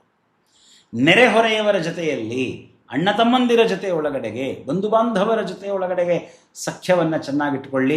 ಕುಜಗ್ರಹ ಪ್ರಸನ್ನವಾಗಿರ್ತದೆ. ಅವರಿಂದ ನಿಮಗೆ ತೊಂದರೆ ಆಗ್ತಾ ಇದ್ದರೆ ದೂರ ಇರ್ರಿ, ನೀವವರಿಗೆ ತೊಂದರೆಯನ್ನು ಮಾಡಲಿಕ್ಕೆ ಹೋಗಬೇಡಿ. ನಿಮ್ಮಿಂದ ನೆರೆಹೊರೆಯವರಿಗೆ ಅಥವಾ ನಿಮ್ಮಿಂದ ಅಣ್ಣ ತಮ್ಮಂದರಿಗೆ ತೊಂದರೆಯಾಯಿತೋ, ಅಕ್ಕ ತಂಗಿಯರಿಗೆ ತೊಂದರೆಯಾಯಿತೋ, ಕುಜಗ್ರಹ ಕ್ರುದ್ಧವಾಯಿತು. ಕುಜಗ್ರಹ ಕ್ರುದ್ಧವಾದಾಗ ದೇಹದ ಶಕ್ತಿ ಕ್ಷೀಣಿಸ್ತದೆ, ಕಳ್ಳತನ ಉಂಟಾಗ್ತದೆ ಮನೆಯೊಳಗೆ. ನಿಮ್ಮಿಂದ ಕಳ್ಳರ ಆನಂದದಲ್ಲಿರ್ತಾರೆ, ಕಾರಣ ನಿಮ್ಮ ಹಣವನ್ನು ಅವರ ಅಪಹಾರ ಮಾಡಿಕೊಂಡು ಹೋಗ್ತಾರೆ. ಕಳ್ಳರ ಬಗ್ಗೆ ಮಾತು ಬಂದಿದೆ. ಹೀಗಾಗಿ ಹಣಕಾಸಿನ ವಿಷಯದಲ್ಲಿ ಎಚ್ಚರದಲ್ಲಿರಬೇಕು ಪ್ರತಿಯೊಬ್ಬರೂ ಸಹಿತ. ಅಷ್ಟೇ ಅಲ್ಲ, ದಹನ ಪ್ರಹರಣ ಶಂಭರ ಮರುದಾಮಯ ಭೀತಿ ರತುಲಾ ಸ್ಯಾತ್ ಅಂತ ಹೇಳ್ತಾರೆ. ಅಲ್ಲಲ್ಲಿ ಬೆಂಕಿಯ ಅವಘಡಗಳು ಉಂಟಾಗ್ತವೆ. ಕಾರಣ ಕುಜ ಬೆಂಕಿಯನ್ನು ಪ್ರತಿನಿಧಿಸುವಂತಹ ಗ್ರಹ. ಆದ್ದರಿಂದಾಗಿ ಆನಂತರ ಗಾಳಿ ತುಂಬ ಜೋರಾಗಿ ಬೀಸ್ತದೆ. ಆಮಯ ಭೀತಿ, ರೋಗದ ಭಯ ಉಂಟಾಗ್ತದೆ. ಆ ಎಚ್ಚರದಲ್ಲಿಯೂ ಸಹಿತ ಇರಬೇಕು. ಇನ್ನು ರಾಜ ಆಯಿತು, ಮಂತ್ರಿ ಆಯಿತು, ಕೋಶ, ಹಣವನ್ನು ಯಾರು ನೋಡಿಕೊಳ್ತಾ ಇದ್ದಾರೆ? ಸೂರ್ಯಗ್ರಹ ಯಾವತ್ತೂ ವೃಷಭ ರಾಶಿಯನ್ನು ಪ್ರವೇಶ ಮಾಡ್ತದೆ. ಆ ದಿವಸ ಏನು ಯಾವ ವಾರವಿರ್ತದೆಯೋ ಆ ವಾರದ ಅಧಿಪತಿಯೇ ಕೋಶಾಧಿಪತಿ. ಈ ಬಾರಿ ಶುಕ್ರವಾರದ ದಿವಸ ವೃಷಭ ಸಂಕ್ರಮಣ ಆಗ್ತಾ ಇರೋದರಿಂದ ಶುಕ್ರ ಕೋಶಾಧಿಪತಿ. ಶುಕ್ರ ಕೋಶಾಧಿಪತಿ ಆದರೆ ಕೋಶ ಸಮೃದ್ಧವಾಗಿರ್ತದೆ. ನೋಡಿ, ಎರಡನೆಯ ಸತ್ಫಲ ಇದು. ಬೃಹಸ್ಪತ್ಯಾಚಾರ್ಯರಿದ್ದರೆ ಬಂಗಾರದ ಮಳೆಯೇ ಸುರಿತದೆ ಅಂದರು. ಶುಕ್ರಾಚಾರ್ಯರು ಸಂಪತ್ತಿನ ಅಭಿಮಾನಿ ದೇವತೆ. ಆ ಸಂಪತ್ತಿನ ಅಭಿಮಾನಿ ಗ್ರಹ ಕೋಶಾಧಿಪತಿಯಾಗಿರೋದರಿಂದ ಸಮೃದ್ಧವಾಗಿರುತ್ತೆ. ಯಾವಾಗ ಶುಕ್ರ ಕ್ರುದ್ಧವಾಯಿತೋ ಕೋಶ ಸಮಸ್ಯೆ ಉಂಟಾಗುತ್ತೆ, ಹಣಕಾಸಿಗೆ ಸಮಸ್ಯೆ ಉಂಟಾಗ್ತದೆ. ಶುಕ್ರಗ್ರಹವನ್ನು ಚೆನ್ನಾಗಿಟ್ಕೊಳ್ಳೋದು ಹೇಗೆ? ಶುಕ್ರ ಗಂಡನಿಗೆ ಹೆಂಡತಿ ಶುಕ್ರ, ಹೆಂಡತಿಗೆ ಗಂಡ ಶುಕ್ರ. ನಮ್ಮ ಮನೆಯಲ್ಲೇ ನಾವು ಇದನ್ನು ಪರಿಹಾರ ಮಾಡಿಕೊಳ್ಬೋದು. ಏನೆಲ್ಲ ಸಮಸ್ಯೆಗಳಿದೆ ಮನೆಯಲ್ಲೇ ಪರಿಹಾರವನ್ನು ದೊಡ್ಡವರು ಹೇಳಿದ್ದಾರೆ. ನಿಮ್ಮ ಸಂಗಾತಿಯ ಜೊತೆಯೊಳಗೆ, ನಿಮ್ಮ ಹೆಂಡತಿಯ ಜೊತೆಯಲ್ಲಿ, ನಿಮ್ಮ ಗಂಡನ ಜೊತೆಯಲ್ಲಿ ನೀವು ಗೌರವದಿಂದ ಪ್ರೀತಿಯಿಂದ ಇರಿ. ನೀವು ಅವರನ್ನು ಎಷ್ಟು ಗೌರವ ಪ್ರೀತಿಗಳಿಂದ ಕಾಣ್ತೀರಿಯೋ, ಅವರ ತಪ್ಪುಗಳನ್ನು ಮನ್ನಿಸಿ ಎಷ್ಟು ನೀವು ಅವರನ್ನು ಸ್ವೀಕಾರ ಮಾಡ್ತೀರಿಯೋ, ನಿಮ್ಮ ಶುಕ್ರಗ್ರಹ ಅಷ್ಟು ಪ್ರಸನ್ನವಾಗಿ ಬಿಡುತ್ತೆ. ಮತ್ತು ಶುಕ್ರ ವಿಲಾಸದ ಗ್ರಹ. ಹರಿದ ಬಟ್ಟೆಗಳನ್ನು ಹಾಕ್ಕೊಳ್ಬೇಡ್ರಿ, ಮಾಸಿ ಹೋದ ಬಟ್ಟೆಗಳನ್ನು ಹಾಕಿಕೊಳ್ಬೇಡ್ರಿ. ದಾರಿದ್ರ್ಯವೇ ಇದೆ, ಆ ಮಾತು ಬೇರೆ. ದೇವರು ವೈಭವ ಕೊಟ್ಟರು ಹಾಗಿರ್ತಾರೆ. ನಾನಿರೋದೇ ಹೀಗೆ ಅಂತೇಳಿ ಕೆಲವರು ಇರ್ತಾರೆ. ಅತಿಯಾದ ಶ್ರೀಮಂತಿಕೆ ಇರ್ತದೆ, ಆದರೂ ಇಲ್ಲ ನಾವು ಹಾಗಿರೋದಿಲ್ಲ ಅಂತ ಮಾಸಿದ ಬಟ್ಟೆ ಹಾಕ್ಕೊಂಡಿರ್ತಾರೆ. ಹಾಗಿರ್ತಕ್ಕದ್ದಲ್ಲ. ದೇವರ ವೈಭವ ಕೊಟ್ಟಿದ್ದಾನೆ, ಅದನ್ನು ಅನುಭವಿಸಿ. ಬೇಡವೇ ಬೇಡ ಅಂತ ತಿರಸ್ಕಾರ ಮಾಡೋದು ಬೇರೆ. ಆದರೆ ಗೃಹಸ್ಥರಾಗಿ ಇದ್ದಾಗ ಅದನ್ನು ಅನುಭವಿಸಬೇಕು.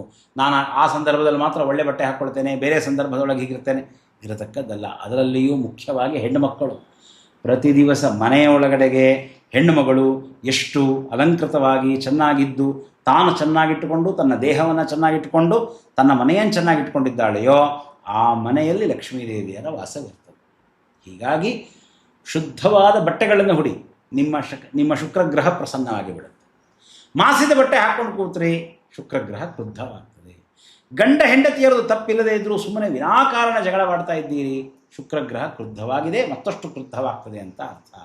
ಶುಕ್ರಗ್ರಹ ಪ್ರಸನ್ನವಾದರೆ ಈ ಬಾರಿ ಕೋಶ ಯಾವಾಗಲೂ ಅಷ್ಟೇ ಗೃಹಿಣಿ ಗ್ರಹ ಮುಚ್ಚತೆ. ಮನೆಯಲ್ಲಿ ಹೆಣ್ಣು ಮಕ್ಕಳು ಸಂತೋಷವಾಗಿದ್ದರೆ ಎಲ್ಲವೂ ಸಹಿತ ಹಣ, ಕಾಸು, ಸಂಪತ್ತು, ಪಶು, ವಾಹನ ಎಲ್ಲವೂ ಸಮೃದ್ಧವಾಗಿರುತ್ತದೆ. ಇನ್ನು ಯಾವ ವಾರ ಸಿಂಹ ಸಂಕ್ರಮಣ ಉಂಟಾಗ್ತದೆಯೋ ಆ ವಾರಕ್ಕೆ ಅಧಿಪತಿಯಾದಂತಹ ಗ್ರಹ ಸೈನ್ಯಾಧಿಪತಿಯಾಗತ್ತೆ. ಈ ಬಾರಿ ಚಂದ್ರಗ್ರಹ ಸೈನ್ಯಾಧಿಪತಿಯಾಗಿದೆ. ಅತಿವರ್ಷಂ ಅತೀಚಾರ್ಗಂ ಅರೋಘ ಸುಖಿನಃ ಪ್ರಜಾ. ಅತಿವೃಷ್ಟಿಯಾಗ್ತದೆ. ಚಂದ್ರಗ್ರಹ ಸೈನ್ಯಾಧಿಪತಿಯಾಗಿ ಬಿಟ್ಟರೆ ಅತಿವೃಷ್ಟಿಯಾಗಿಬಿಡ್ತದೆ. ಬೆಲೆಗಳು ಜಾಸ್ತಿ ಆಗತ್ತೆ, ಅತಿ ಬೆಲೆ ಉಂಟಾಗಿಬಿಡುತ್ತೆ. ಆದರೆ ರೋಗಗಳು ಕಡಿಮೆಯಾಗ್ತದೆ. ರೋಗವನ್ನು ಕಡಿಮೆ ಮಾಡುವಂತಹ ಗ್ರಹ ಚಂದ್ರಗ್ರಹ. ಸುಖಿನಃ ಪ್ರಜಾ ವರ್ಷಂತಿ ಮೇಘಾಶ್ಚ ಜಲಂ ಧರಿತ್ರ್ಯಾಂ ಧಾನ್ಯಾರ್ಘವೃದ್ಧಿ ಸುಖಿನೋ ಜನಾಶ್ಚ ಗಾವೋ ಬಹುಕ್ಷೀರ ದುಘಾ ಭವಂತಿ ಸೇನಾಧಿಪತ್ಯೇ ಮೃಗಲಾಂಛನಸ್ಯ. ಹಸುಗಳು ಸಮೃದ್ಧವಾಗಿರ್ತವೆ. ಈ ಬಾರಿ ಸಸ್ಯಗಳ ಬಗ್ಗೆ ಸಮಸ್ಯೆ ಇದೆ, ಆದರೆ ಹಸುಗಳ ಹುಲ್ಲಿಗೆ ಸಮಸ್ಯೆ ಇಲ್ಲ ಅನ್ನುವ ಮಾತನ್ನು ಸಹಿತ ಪರಾಭವ ಸಂವತ್ಸರ ಹೇಳ್ತದೆ. ಹಸುಗಳು ಚೆನ್ನಾಗಿರ್ತವೆ. ಹಸುಗಳ ಸೇವೆಯನ್ನು ಮಾಡಿ, ಹಸುಗಳನ್ನು ಆಶ್ರಯಿಸಿ ಎಲ್ಲವೂ ಚೆನ್ನಾಗಾಗ್ತದೆ. ಇನ್ನು ಈ ರಾಜ, ಮಂತ್ರಿ, ಕೋಶ, ಸೈನ್ಯವಾಯಿತು. ಈ ನವನಾಯಕರಲ್ಲಿ ಮುಖ್ಯವಾಗಿ ಒಟ್ಟಾರೆ ಜಗತ್ತಿಗೆ ಸಂಬಂಧಪಟ್ಟ ಹಾಗೆ ಇದು ಜನರಲ್. ಆದ್ದರಿಂದಾಗಿ ಜನರಲ್ಲ ಹೇಳಬೇಕಾದ್ರೆ, ಸಾಮಾನ್ಯವಾಗಿ ಹೇಳಬೇಕಾದ್ರೆ ಮುಖ್ಯವಾಗಿ ನೋಡಬೇಕಾದ್ದು ಮಳೆ, ಬೆಳೆಗಳನ್ನು. ಹೀಗಾಗಿ ಮಳೆಯ ಬಗ್ಗೆ ಮಾತನಾಡ್ತದೆ. ಮೇಘಾಧಿಪತಿ ಯಾರು ಅಂದರೆ, ಯಾವ ವಾರ ಆರ್ದ್ರಾ ನಕ್ಷತ್ರ ಪ್ರವೇಶವಾಗ್ತದೆಯೋ ಆ ವಾರಕ್ಕೆ ಅಧಿಪತಿಯಾದ ಗ್ರಹ ಮೇಘಾಧಿಪತಿ. ಆ ಮೇಘವನ್ನು, ಇಡೀ ವರ್ಷದ ಮೇಘವನ್ನು ನಿಯಂತ್ರಣ ಮಾಡುವಂಥದ್ದು ಚಂದ್ರಗ್ರಹ. ಈ ಬಾರಿ ಮತ್ತೆ ಮೇಘಾಧಿಪತಿ.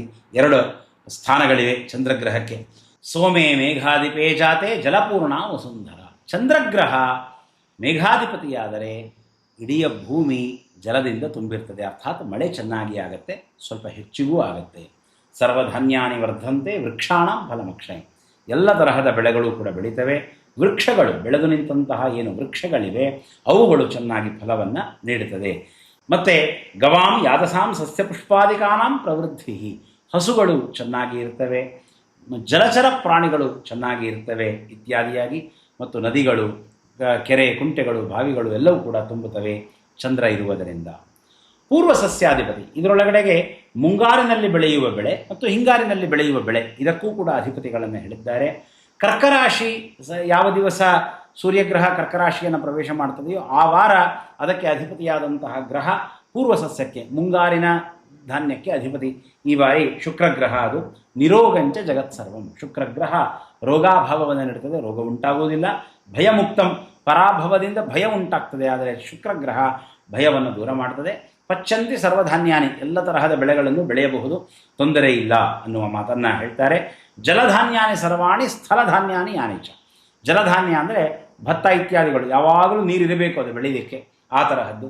ಸ್ಥಳಧಾನ್ಯಾನಿ, ನೀರಿಲ್ಲದೆ ಬೆಳೆಯುವಂಥ, ಆಗಾಗ ಮಾತ್ರ ನೀರು ಹಾಯಿಸಿ ಬೆಳೆಸಬೇಕಾದಂತಹ ಪದಾರ್ಥಗಳು, ಅವೆಲ್ಲವೂ ಕೂಡ ಬೆಳೀತವೆ. ಪಾಂಡು ಭೂಮಿಸ್ತು ಫಲಿತ, ಏನು ಬಿಳಿಯ ಬಣ್ಣದ ಮಣ್ಣಿರುವಂತಹ ಭೂಮಿ ಇದೆ ಅದು ಚೆನ್ನಾಗಿರ್ತದೆ ಅನ್ನುವ ಮಾತನ್ನು ಹೇಳ್ತಾರೆ. ಅಪರ ಸಸ್ಯಾಧಿಪತಿ, ಹಿಂಗಾರಿನ ಏನು ಬೆಳೆ ಇದೆ ಅದಕ್ಕೆ ಅಧಿಪತಿಯಾದದ್ದು ಕುಜ ಈ ಬಾರಿ ವೃಶ್ಚಿಕ ರಾಶಿಯ ಸಂಕ್ರಮಣವಾಗುವ ದಿವಸದ ಅಧಿಪತಿ. ಆಹಾಭೂತಂ ಜಗತ್ಸರ್ವಂ ವ್ಯಾಧಿರೋಗ ಪ್ರಪೀಡಿತಂ ಮಹಾರ್ಘಾಣಿ ಚ ಧನ್ಯಾನಿ ಯತ್ರ ಸಸ್ಯಾಧಿಪೆ ಕುಜೆ ಅಂತ ಹೇಳ್ತಾರೆ. ಆಹಾಭೂತಂ ಜಗತ್ಸರ್ವಂ, ಎರಡನೆಯ ಬೆಳೆ ತೆಗೆಯುವುದು ಕಷ್ಟ ಈ ಬಾರಿ, ವ್ಯಾಧಿ ರೋಗಗಳು ಕೂಡ ಉಂಟಾಗ್ತದೆ ಆ ಹಿಂಗಾರು ಬೆಳೆಯ ಸಂದರ್ಭದೊಳಗೆ. ಧಾನ್ಯಾಭಾವ, ಬೆಳೆ ಬರ್ತದೆ ಆದರೆ ಧಾನ್ಯ ಸಿಗೋದಿಲ್ಲ, ಹಾಗಾಗ್ತದೆ. ಎಲ್ಲಿಗೆ ಅಂದರೆ ದುರ್ಲಭಂ ಮೂಲಕಂದಂ, ಗೆಡ್ಡೆ ಗೆಣಸುಗಳು ಸಿಗೋದು ಸಹಿತ ಕಷ್ಟವಾಗುತ್ತೆ ಅಂತ ಹೇಳ್ತಾರೆ. ಯುದ್ಧಕ್ಕೆ ಭ್ರೂಪವೃಂದಂ, ಈ ರಾಜರೆಲ್ಲರೂ ಕೂಡ ಯುದ್ಧದಲ್ಲಿ ಆಸಕ್ತರಾಗಿದ್ದಾರೆ, ಈಗಾಗಲೇ ನೋಡ್ತಾ ಇದ್ದೇವೆ.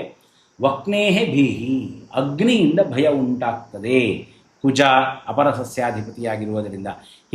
ಹೀಗಾಗಿ ಹಿಂಗಾರು ಬೆಳೆ ಬೆಳೆಯುವಂತಹ ಏನು ಸಮಯ ಇದೆ ಆ ಸಮಯದಲ್ಲಿ ಎಚ್ಚರವಿರಬೇಕು, ಬೆಂಕಿಯ ಅವಘಡಗಳು ಬಹಳ ಆಗ್ತವೆ. ಇನ್ನು ಈ ಧಾನ್ಯಗಳ ಬೆಲೆ ಹೇಗಿರ್ತದೆ ಅಂತಂದರೆ, ಯಾವಾಗ ಸೂರ್ಯಗ್ರಹ ಧನುರಾಶಿಯನ್ನು ಪ್ರವೇಶ ಮಾಡ್ತದೆ ಆ ವಾರದ ಅಧಿಪತಿ ಬೆಲೆಗೆ, ಅರ್ಘಕ್ಕೆ ಅಧಿಪತಿಯಾಗತ್ತೆ. ಮಧ್ಯವೃಷ್ಟಿ ಮಂದಸಸ್ಯ ಮೇಘವಾತೇನ ಪೀಡಿತಾ ತ್ರಾಸ ಸರ್ವನರಾಣಂಚ ಬುಧೇ ಧಾನ್ಯಾಧಿಪೆ. ಬುಧಗ್ರಹ ಧಾನ್ಯಾಧಿಪ ಆದರೆ ಒಳ್ಳೆಯ ಶುಭ ಫಲಗಳು ದೊರೆಯೋದಿಲ್ಲ, ಧಾನ್ಯ ಸರಿಯಾಗಿ ದೊರೆಯೋದಿಲ್ಲ, ಗಾಳಿಯಿಂದ ಬೆಳೆ ಹಾಳಾಗಿ ಬಿಡ್ತದೆ. ಆ ನಂತರದಲ್ಲಿ ಪ್ರತಿಯೊಬ್ಬರಿಗೂ ಭಯ ಇರ್ತದೆ, ನೋವಿರ್ತದೆ, ಆ ತರಹದ ರೀತಿಯಲ್ಲಿ ಉಂಟಾಗ್ತದೆ. ಹೀಗಾಗಿ ಬುಧಗ್ರಹವನ್ನು ಪ್ರಸನ್ನಗೊಳಿಸಿಕೊಳ್ಳಬೇಕು. ಬಹಳ ಸುಲಭ, ಏನು ಗೊತ್ತಾ, ಪುಟ್ಟ ಪುಟ್ಟ ಮಕ್ಕಳಿರ್ತಾರಲ್ಲ, 10 ವರ್ಷದ ಒಳಗಿನ ಮಕ್ಕಳಿದ್ದಾರಲ್ಲ, ಆ ಮಕ್ಕಳನ್ನು ಚೆನ್ನಾಗಿ ನೋಡ್ಕೊಳ್ಳಿ. ಯಾರು ರೈತರಿದ್ದೀರಿ, ಮುಖ್ಯವಾಗಿ ಬೆಳೆಯನ್ನು ಬೆಳೆದು ಮಾರಾಟ ಮಾಡಬೇಕು, ಆ ಧಾನ್ಯದಿಂದ ಹಣ ಸಂಪಾದನೆ ಮಾಡಿಕೊಂಡಿರುವಂಥವ್ರಿದ್ದೀರಲ್ಲ, ಅಂತಹವ್ರು ಮಾಡಬೇಕಾದ್ದೇನು ಅಂತಂದರೆ, ನಿಮ್ಮ ಮನೆಯ ಪುಟ್ಟ ಮಕ್ಕಳಿರಲಿ ಅಥವಾ ನಿಮ್ಮ ಊರಿನಲ್ಲಿ ಇರ್ತಕ್ಕಂತಹ ಏನು ಪುಟ್ಟ ಪುಟ್ಟ ಮಕ್ಕಳಿದ್ದಾರೆ ಅವರನ್ನು ಪ್ರೀತಿಯಿಂದ ಮಾತನಾಡಿಸ್ರಿ. ಹೆಸರು ಕಾಳು ಇರ್ತದೆ, ಆ ಹೆಸರು ಕಾಳಿನ ಹುಸುಳಿಯನ್ನು ಮಾಡಿ ಬುಧವಾರದ ದಿವಸ ಮಕ್ಕಳಿಗೆ ಕೊಡಿ, ಬುಧಗ್ರಹ ಪ್ರಸನ್ನವಾಗಿ ಬಿಡುತ್ತೆ. ಇನ್ನು ಯಾವುದಾದರೂ ಒಂದು ವಿಷಯದ ಕುರಿತ ಪಾಂಡಿತ್ಯವನ್ನು, ತಿಳುವಳಿಕೆಯನ್ನು ಪಡೆದುಕೊಳ್ಳಿ ಪ್ರಯತ್ನ ಪಡಿ, ಎಲ್ಲರೂ ಸಹಿತ. ಏಕೆಂದರೆ ಆಹಾಭೂತಂ ಜಗತ್ಸರ್ವಂ ತ್ರಾಸ ಸರ್ವನರಾಣಂ ಅಂತ ಹೇಳಿದ್ದಾರೆ. ಹೀಗಾಗಿ ಪ್ರತಿಯೊಬ್ಬರೂ ಬುಧಗ್ರಹವನ್ನು ಪ್ರಸನ್ನಗೊಳಿಸಿಕೊಳ್ಬೇಕು. ಒಂದು ವಿಷಯದ ಕುರಿತ ವಿಶಿಷ್ಟ ಅಧ್ಯಯನ ಮಾಡಿ, ಬುಧಗ್ರಹ ಪ್ರಸನ್ನವಾಗ್ತದೆ. ಬುದ್ಧ ರೂಪದ ಭಗವಂತನ ಚಿಂತನೆ ಮಾಡಿ, ಬುಧಗ್ರಹ ಪ್ರಸನ್ನವಾಗ್ತದೆ. ಈ ಕ್ರಮದಲ್ಲಿ ಪ್ರಸನ್ನಗೊಳಿಸಿಕೊಳ್ತಕ್ಕದ್ದು. ಮಕ್ಕಳಿಗೆ ತೊಂದರೆ ಕೊಟ್ಟರೋ ಬುಧಗ್ರಹ ಕ್ರುದ್ಧವಾಯಿತು. ನೀವು ಎಲ್ಲೋ ಪಾಂಡಿತ್ಯದ ಕೆಲಸ ನಡೀತಾ ಇರುವಂತಹ ಕಾರ್ಯಾಲಯಗಳಿವೆ, ಜ್ಞಾನಾರ್ಜನೆ ಇದೆ ಅಥವಾ ರಿಸರ್ಚ್ ಸೆಂಟರ್ಗಳಿವೆ, ಅವುಗಳಿಗೆ ತೊಂದರೆ ಉಂಟು ಮಾಡಿದರೋ ಬುಧಗ್ರಹ ಕ್ರುದ್ಧವಾಯಿತು. ಬುದ್ಧರೂಪದ ಭಗವಂತನ ಕುರಿತು ತಪ್ಪಾಗಿ ತಿಳಿದಿರಿ, ದೇವತೆಯನ್ನು ಬುಧಗ್ರಹವನ್ನು ಅವಮಾನ ಮಾಡಿದಿರಿ, ಬುಧಗ್ರಹ ಕ್ರುದ್ಧವಾಗ್ತದೆ. ಹೀಗಾಗಿ ಅದನ್ನು ಗಮನ ಕೊಟ್ಟು ಮಕ್ಕಳನ್ನು ಚೆನ್ನಾಗಿ ನೋಡಿಕೊಂಡು ಬುಧಗ್ರಹವನ್ನು ಪ್ರಸನ್ನಗೊಳಿಸಿಕೊಳ್ಳಬೇಕು. ಇನ್ನು ರಸಯುಕ್ತವಾದಂತಹ ಪದಾರ್ಥಗಳಿಗೆ ಅಧಿಪತಿಯಾದದ್ದು ಸೂರ್ಯ. ತುಲಾರಾಶಿಯನ್ನು ಪ್ರವೇಶ ಮಾಡುವಂತಹ ಸಂದರ್ಭದಲ್ಲಿ ಯಾವ ವಾರವಿರುತ್ತದೆಯೋ ಆ ವಾರಕ್ಕೆ ಅಧಿಪತಿಯಾದದ್ದು ರಸಾಧಿಪತಿ. ಈ ಬಾರಿ ತುಲಾ ಸಂಕ್ರಮಣ ಭಾನುವಾರ ಆಗ್ತಾ ಇರೋದ್ರಿಂದ ಸೂರ್ಯಗ್ರಹವೇ ರಸಾಧಿಪತಿಯಾಗಿದೆ. ಗುಡ ತೈಲ, ಗುಡ ಅಂದರೆ ಬೆಲ್ಲ, ತೈಲ ಅಂದರೆ ಎಣ್ಣೆ, ಘೃತ ತುಪ್ಪ, ಕ್ಷೌದ್ರ ಅಂದರೆ ಜೇನುತುಪ್ಪ, ಆಜ್ಯಾನ ವಿವಿಧಾನಿತ, ಬೇರೆ ಬೇರೆ ತರಹದ ಏನೆಲ್ಲ ತುಪ್ಪದ ಪದಾರ್ಥಗಳಿವೆ, ಜಿಡ್ಡಿನ ಪದಾರ್ಥಗಳಿವೆ, ಅವೆಲ್ಲವೂ ಕ್ಷೀಣವಾಗ್ತವೆ, ಕಡಿಮೆ ಆಗ್ತವೆ. ಸರ್ವಂ ಪ್ರಜಾಯಾಂತೆ ರಸಾನಾಂ ಅಧಿಪೇರವೌ. ಚಂದನ ಕುಂಕುಮ ಗುಗ್ಗುಲ ತಿಲ ತೈಲೇರಂಡ ಮುಖ್ಯಾನಿ ಪ್ರಚುರಾಹ. ಏನು ನೀರಸವಾದಂತಹ ಚಂದನ ಇತ್ಯಾದಿಗಳು ಪದಾರ್ಥಗಳಿದೆಯಲ್ಲ, ಕುಂಕುಮ, ಚಂದನ, ಇಂತಹವುಗಳು ಅವು ಸಮೃದ್ಧವಾಗಿ ದೊರೀತವೆ ಅಂತ ಹೇಳ್ತಾರೆ. ಸೂರ್ಯಗ್ರಹವನ್ನು ಪ್ರಸನ್ನಗೊಳಿಸಿಕೊಳ್ಳೋದು ಹೇಗೆ? ನಿಮ್ಮ ತಂದೆಯವರಿಗೆ ಗೌರವ ಮಾಡಿ. ಪ್ರತಿ ದಿವಸ ತಂದೆ ಕಾಲನ್ನು ಒತ್ತಿರಿ, ಸೂರ್ಯಗ್ರಹ ಪ್ರಸನ್ನ. ತಂದೆಯವರು ಇಲ್ಲ, ಶ್ರಾದ್ದವನ್ನು ಚೆನ್ನಾಗಿ ಮಾಡಿ, ಭಕ್ತಿ ಶ್ರದ್ಧೆಗಳಿಂದ ಮಾಡಿರಿ, ಸೂರ್ಯಗ್ರಹ ಪ್ರಸನ್ನ. ತಾಯಿಯ ಸೇವೆ ಮಾಡಿರಿ, ಚಂದ್ರಗ್ರಹ ಪ್ರಸನ್ನ. ತಾಯಿ ಇಲ್ಲ, ತಾಯಿಯ ಶ್ರಾದ್ದವನ್ನು ಚೆನ್ನಾಗಿ ಮಾಡಿರಿ, ಚಂದ್ರಗ್ರಹ ಪ್ರಸನ್ನ. ಸೂರ್ಯ, ಚಂದ್ರ ತಂದೆ ತಾಯಿಗಳು, ತಂದೆ ತಾಯಿಗಳಲ್ಲಿ ಆ ಗ್ರಹಗಳಿರ್ತವೆ. ಇನ್ನು ನೀರಸವಾದಂತಹ ಪದಾರ್ಥಗಳಿಗೆ ಅಧಿಪತಿಗಳಾದವರು ಬೃಹಸ್ಪತ್ಯಾಚಾರ್ಯರು. ಮಕರ ಸಂಕ್ರಮಣವಾಗುವ ಸಮಯವೇನಿದೆ ಆ ಸಮಯದಲ್ಲಿ ಯಾವ ವಾರವಿರ್ತದೆಯೋ ಅದರ ಅಧಿಪತಿ. ಈ ಬಾರಿ ಮಕರ ಸಂಕ್ರಮಣ ಗುರುವಾರವಾಗ್ತಾ ಇದೆ ಸಾಯಂಕಾಲದೊಳಗೆ. ಆಚರಣೆ ಶುಕ್ರವಾರ ಮಾಡ್ತೇವೆ ನಾವು ಮಕರ ಸಂಕ್ರಾಂತಿಯನ್ನು, ಆದರೆ ಮಕರ ಸಂಕ್ರಮಣ ಆಗ್ತಾ ಇರೋದು ಗುರುವಾರದ ದಿವಸ. ಹೀಗಾಗಿ ಗುರುವಾರ ಏನು ಮಕರ ಸಂಕ್ರಮಣ ಆಗ್ತಾ ಇರೋದರಿಂದ ಬೃಹಸ್ಪತ್ಯಾಚಾರ್ಯರು ಅಧಿಪತಿಗಳು. ಹರಿದ್ರ ವರ್ಣ ವಸ್ತೂನಾಂ ವಸ್ತ್ರಾದೀನಾಂ ತಥೈವ ಚ ನೀರಸಾಧಿಪತೌ ಜೀವೇ ತಥಾ ವೃದ್ಧಿಸ್ತು ಜಾಯತೆ. ಹರಿದ್ರ ಹಳದಿ ಚೆನ್ನಾಗಿರ್ತದೆ, ಹಳದಿಯ ಬಣ್ಣದ ಎಲ್ಲ ಪದಾರ್ಥಗಳ ಅಭಿವೃದ್ಧಿ ಉಂಟಾಗ್ತದೆ. ಹಳದಿಯ ವಸ್ತ್ರಗಳು, ರೇಷ್ಮೆ ವಸ್ತ್ರಗಳು, ಅವು ಕೂಡ ಅವುಗಳ ವೃದ್ಧಿ ಸಹಿತ ಉಂಟಾಗ್ತದೆ. ಈ ಕ್ರಮದಲ್ಲಿ ತಿಳಿಯತಕ್ಕದ್ದು. ಇನ್ನು ಈ ಬಾರಿಯ ಪಶುಪಾಲಕ ಸಾಕ್ಷಾತ್ ಕೃಷ್ಣದೇವರು. ಪಶುವೃದ್ಧಿಸ್ಸು ಭಿಕ್ಷಂಚ ಬಹು ಸಸ್ಯಾರ್ಘ ಸಂಪದಂ ಸಂಪೂರ್ಣ ತೃಣವೃದ್ಧಿಶ್ಚ ಗೋಪಾಲ ಪಶುನಾಯಕ. ಪಶುವೃದ್ಧಿ ಉಂಟಾಗ್ತದೆ, ಸುಭಿಕ್ಷೆ ಉಂಟಾಗ್ತದೆ, ಬಹುಸಸ್ಯಾರ್ಘ ಸಂಪದಂ ಸಂಪೂರ್ಣ ತೃಣವೃದ್ಧಿಶ್ಚ, ಹುಲ್ಲು ಚೆನ್ನಾಗಿ ಬೆಳೀತದೆ. ನಮ್ಮ ಗೋವುಗಳಿಗೆ ಸಮೃದ್ಧವಾಗಿ ಹುಲ್ಲು ದೊರಿಬೇಕು. ಸ್ವಾಮಿ ಗೋಪಾಲ ಪಶುನಾಯಕ, ಆ ಗೋಪಾಲಕೃಷ್ಣ ದೇವರೇ ಈ ಪರಾಭವ ಸಂವತ್ಸರದಲ್ಲಿ ಪಶುಗಳಿಗೆ ಅಧಿಪತಿ, ಮುಖ್ಯವಾಗಿ ಗೋವುಗಳಿಗೆ ಅಧಿಪತಿ. ಹೀಗಾಗಿ ಗೋವುಗಳು ತುಂಬ ಚೆನ್ನಾಗಿ ಈ ವರ್ಷದಲ್ಲಿ ಇರ್ತದೆ. ಮತ್ತು ಯಾರು ಗೋ ಸೇವೆಯನ್ನು ಮಾಡ್ತಾ ಇದ್ದೀರಿ, ಗೋವುಗಳನ್ನು ಆಶ್ರಯಿಸಿದ್ದೀರಿ, ಭಗವಂತ ಕಾಪಾಡ್ತಾನೆ. ಗೋವುಗಳು ಸರ್ವಶ್ರೇಷ್ಠವಾದಂತಹ ಪ್ರಾಣಿ. ಅವುಗಳನ್ನು ಆಶ್ರಯಿಸಿದರೆ, ಅವುಗಳನ್ನು ಚೆನ್ನಾಗಿ ನೋಡಿಕೊಂಡ್ರೆ ಬದುಕು ಸಮೃದ್ಧವಾಗ್ತದೆ. ಇನ್ನು ದ್ರೋಣನಾಮಕ ಮೇಘಫಲ. ಈ ಬಾರಿ ದ್ರೋಣ ಅನ್ನುವಂತಹ ಮೇಘವಿದೆ. ನಿರಂತರಂ ಮಹಾವರ್ಷಂ ಮಧ್ಯದೇಶೇ ಮಹಾಜಲಂ ಅಶುಭಂ ಸರ್ವದೇಶಾನಾಂ ದ್ರೋಣಮೇಘಸ್ಯ ಲಕ್ಷಣ. ಮಧ್ಯದ ಪ್ರದೇಶಗಳಲ್ಲಿ ಹೆಚ್ಚು ಮಳೆಯಾಗುತ್ತೆ, ಮಳೆ ನಿರಂತರವಾಗಿರ್ತದೆ, ಆಗ್ತಾನೆ ಇರ್ತದೆ ಮಳೆ. ಸರ್ವದೇಶಾನಾಂ ಅಶುಭಂ, ಪ್ರಪಂಚದ ಎಲ್ಲ ದೇಶಗಳಿಗೂ ಅಶುಭ ಉಂಟಾಗ್ತದೆ. ಇದು ದ್ರೋಣನಾಮಕ ಫಲ. ಹೀಗೆ ಪರಾಭವ ಸಂವತ್ಸರದ ಫಲವುಂಟು. ಶ್ರೀ ಹರಿವಾಯು ದೇವತಾ ಗುರುಗಳನ್ನು ಯಾರು ಆಶ್ರಯಿಸ್ತಾರೆ ಅವರಿಗೆ ಸತ್ಫಲಗಳೇ ಉಂಟಾಗ್ತವೆ. ದುಷ್ಫಲ ಉಂಟಾದರೂ ಅದರಿಂದ ಆತ್ಯಂತಿಕ ವೃದ್ಧಿಯೇ ಉಂಟಾಗ್ತದೆ ಅನ್ನುವುದನ್ನು ನಾವು ಮರೆಯತಕ್ಕದ್ದಲ್ಲ. ಇನ್ನು ದ್ವಾದಶ ರಾಶಿಗಳಿಗೆ ಈ ಶ್ರೀ ಪರಾಭವ ಸಂವತ್ಸರದಲ್ಲಿ ಯಾವ ರೀತಿಯಾದಂತಹ ಫಲಗಳು ಉಂಟಾಗ್ತವೆ ಅನ್ನೋದನ್ನು ತಿಳಿಯೋಣ. ಮೊದಲಿಗೆ ತಿಳಿದುಕೊಳ್ಳಬೇಕಾದಂತಹ ವಿಷಯ, ಇದು ಸಾಮಾನ್ಯವಾದ ಫಲ, ಇದು ವಿಶೇಷ ಫಲವಲ್ಲ, ಇದು ನಿಷ್ಕೃಷ್ಟವಾದ ಫಲವಲ್ಲ. ಜಗತ್ತಿನಲ್ಲಿ ಕೋಟಿ ಕೋಟಿ ಜನ ಮೇಷರಾಶಿಯವರು ಇರ್ತಾರೆ, ಎಲ್ಲರಿಗೂ ಇದೇ ಫಲವಾಗುತ್ತೋ? ಆಗೋದಿಲ್ಲ. ಹಾಗಾದರೆ ಹೇಗಾಗತ್ತೆ? ಅವರವರ ಜಾತಕದ ಅನುಸಾರಿಯಾಗಿ ಫಲವಾಗೋದು. ಅವರ ಜಾತಕದಲ್ಲಿ ಯಾವ ರೀತಿಯಾಗಿ ಗ್ರಹ ಪರಿಸ್ಥಿತಿ ಇದೆ ಅನ್ನೋದನ್ನು ನೋಡಿಕೊಂಡು ಫಲ ಉಂಟಾಗ್ತದೆ. ಇಲ್ಲಿ ಫಲಗಳನ್ನು ಸಾಮಾನ್ಯವಾಗಿ ಹೇಳೋದು ಗುರು ಮತ್ತು ಶನಿ, ಬೃಹಸ್ಪತ್ಯಾಚಾರ್ಯರು, ಶನೈಶ್ಚರರು, ಇವರಿಬ್ಬರ ಏನು ಗೋಚಾರದ ಫಲವಿದೆ ಅದರ ಮೇಲೆ ಅವಲಂಬನವನ್ನು ಮಾಡಿಕೊಂಡು ಒಂದಷ್ಟು ಫಲಗಳನ್ನು ಈ ಸಂದರ್ಭದಲ್ಲಿ ತಿಳಿಯಬೇಕು ಅನ್ನುವ ಕಾರಣಕ್ಕಾಗಿ ತಿಳಿಯತಕ್ಕದ್ದು.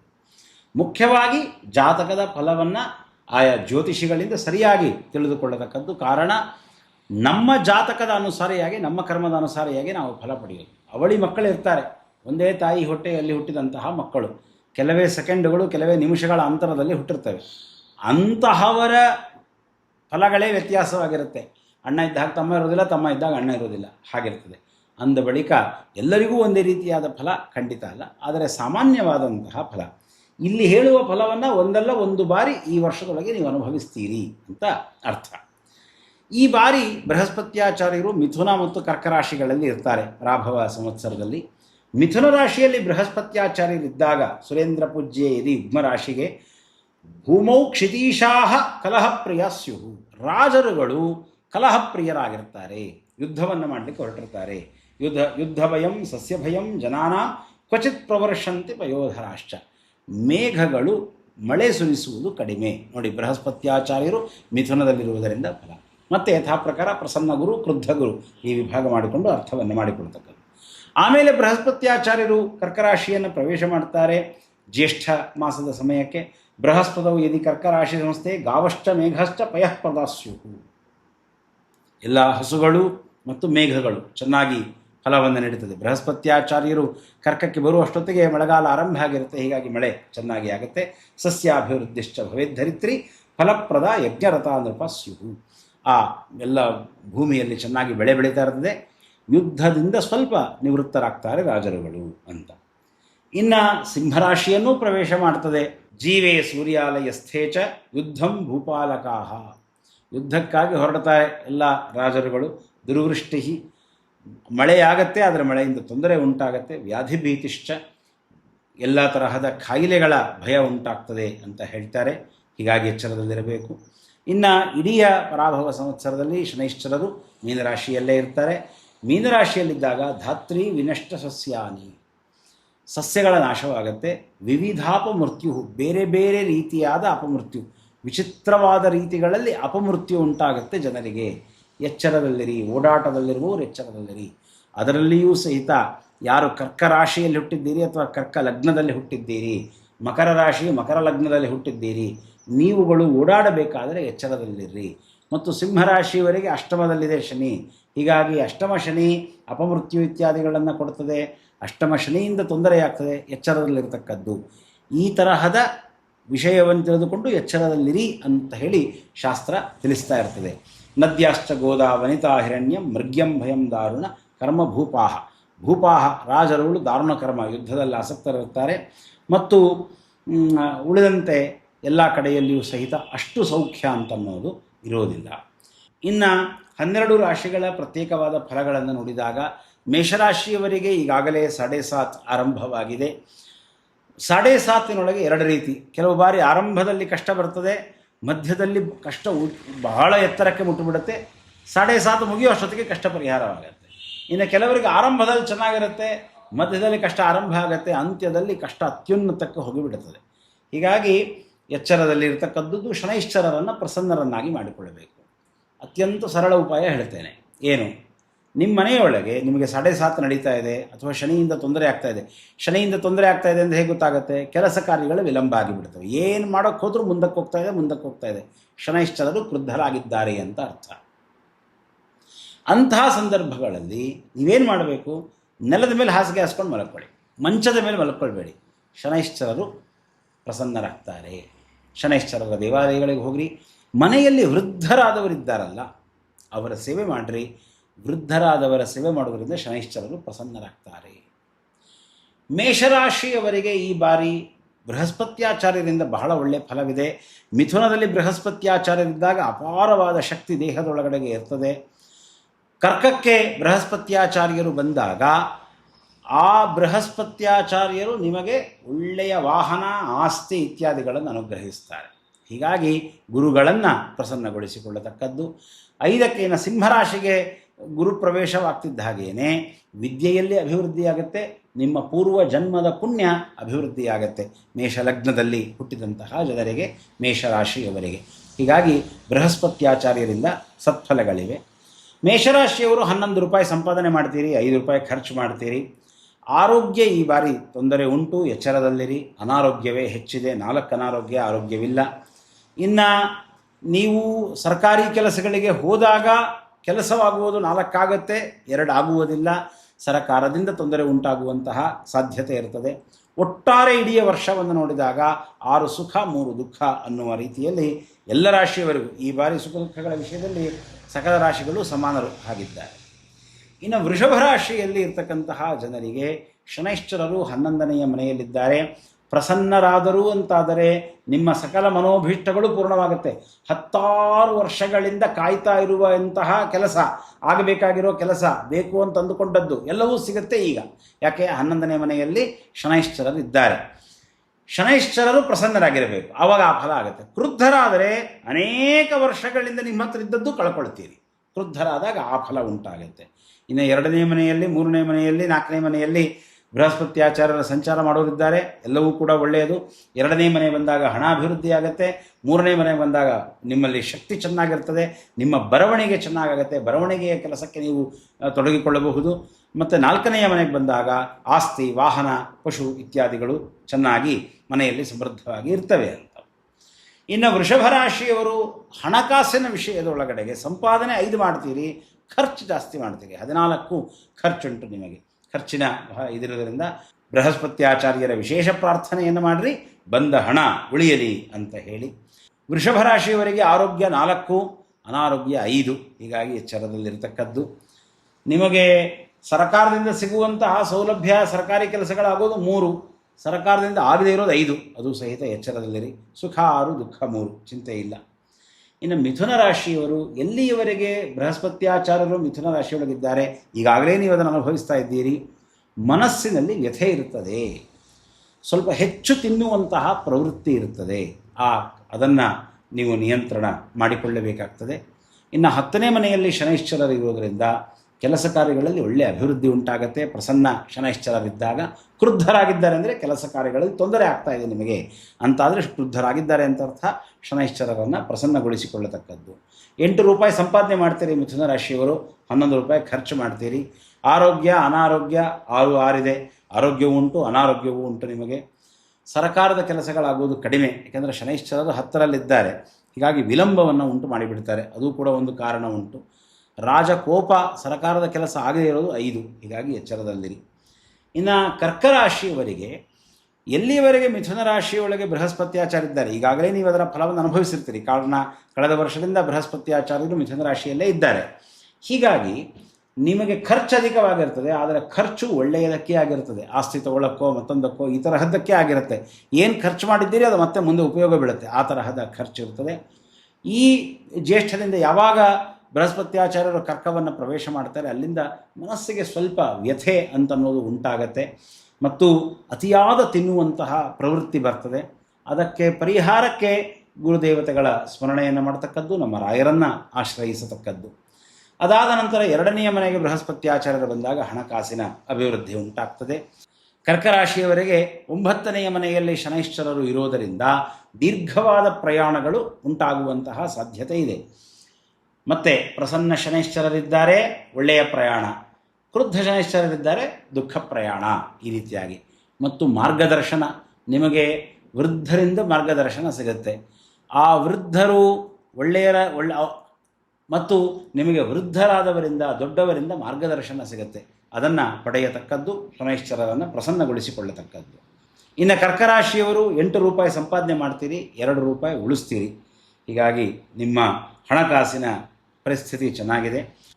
ಆರೋಗ್ಯ 3, ಅನಾರೋಗ್ಯ 2. ಸರ್ಕಾರಿ ಕೆಲಸ 1 ಆಗುತ್ತೆ, 2 ಆಗೋದಿಲ್ಲ, ಆ ತರಹದ ಕ್ರಮ ಇದೆ. ಇನ್ನು ಸಿಂಹರಾಶಿಯವರಿಗೆ 8ನೆಯ ಮನೆಯಲ್ಲಿ ಶನಿ, ಅಷ್ಟಮ ಶನಿ. ಎಚ್ಚರದಲ್ಲಿರಬೇಕು. ಮೈಗೆ ಏಟಾಗುವಂತಹ, ತೊಂದರೆಯಾಗುವ, ದೀರ್ಘಕಾಲದವರೆಗೆ ಸಮಸ್ಯೆಯನ್ನು ಉಂಟು ಮಾಡುವ ಹಾಗೆ ಏಟಾಗುವ ಸಾಧ್ಯತೆ ಇರ್ತದೆ. ಕ್ರುದ್ಧರಾದ ಶನೈಶ್ಚರರಿದ್ದಾರೆ. ಪರಿಹಾರ ಏನು ಗೊತ್ತಾ? ನವಗ್ರಹಗಳ ಬಗ್ಗೆ ತಿಳ್ಕೊಳ್ಳಿ, ಜ್ಯೋತಿಷ್ಯದ ಬಗ್ಗೆ ತಿಳಿದುಕೊಳ್ಳಿ, ಪರಿಹಾರ ಆಗಿಬಿಡುತ್ತೆ.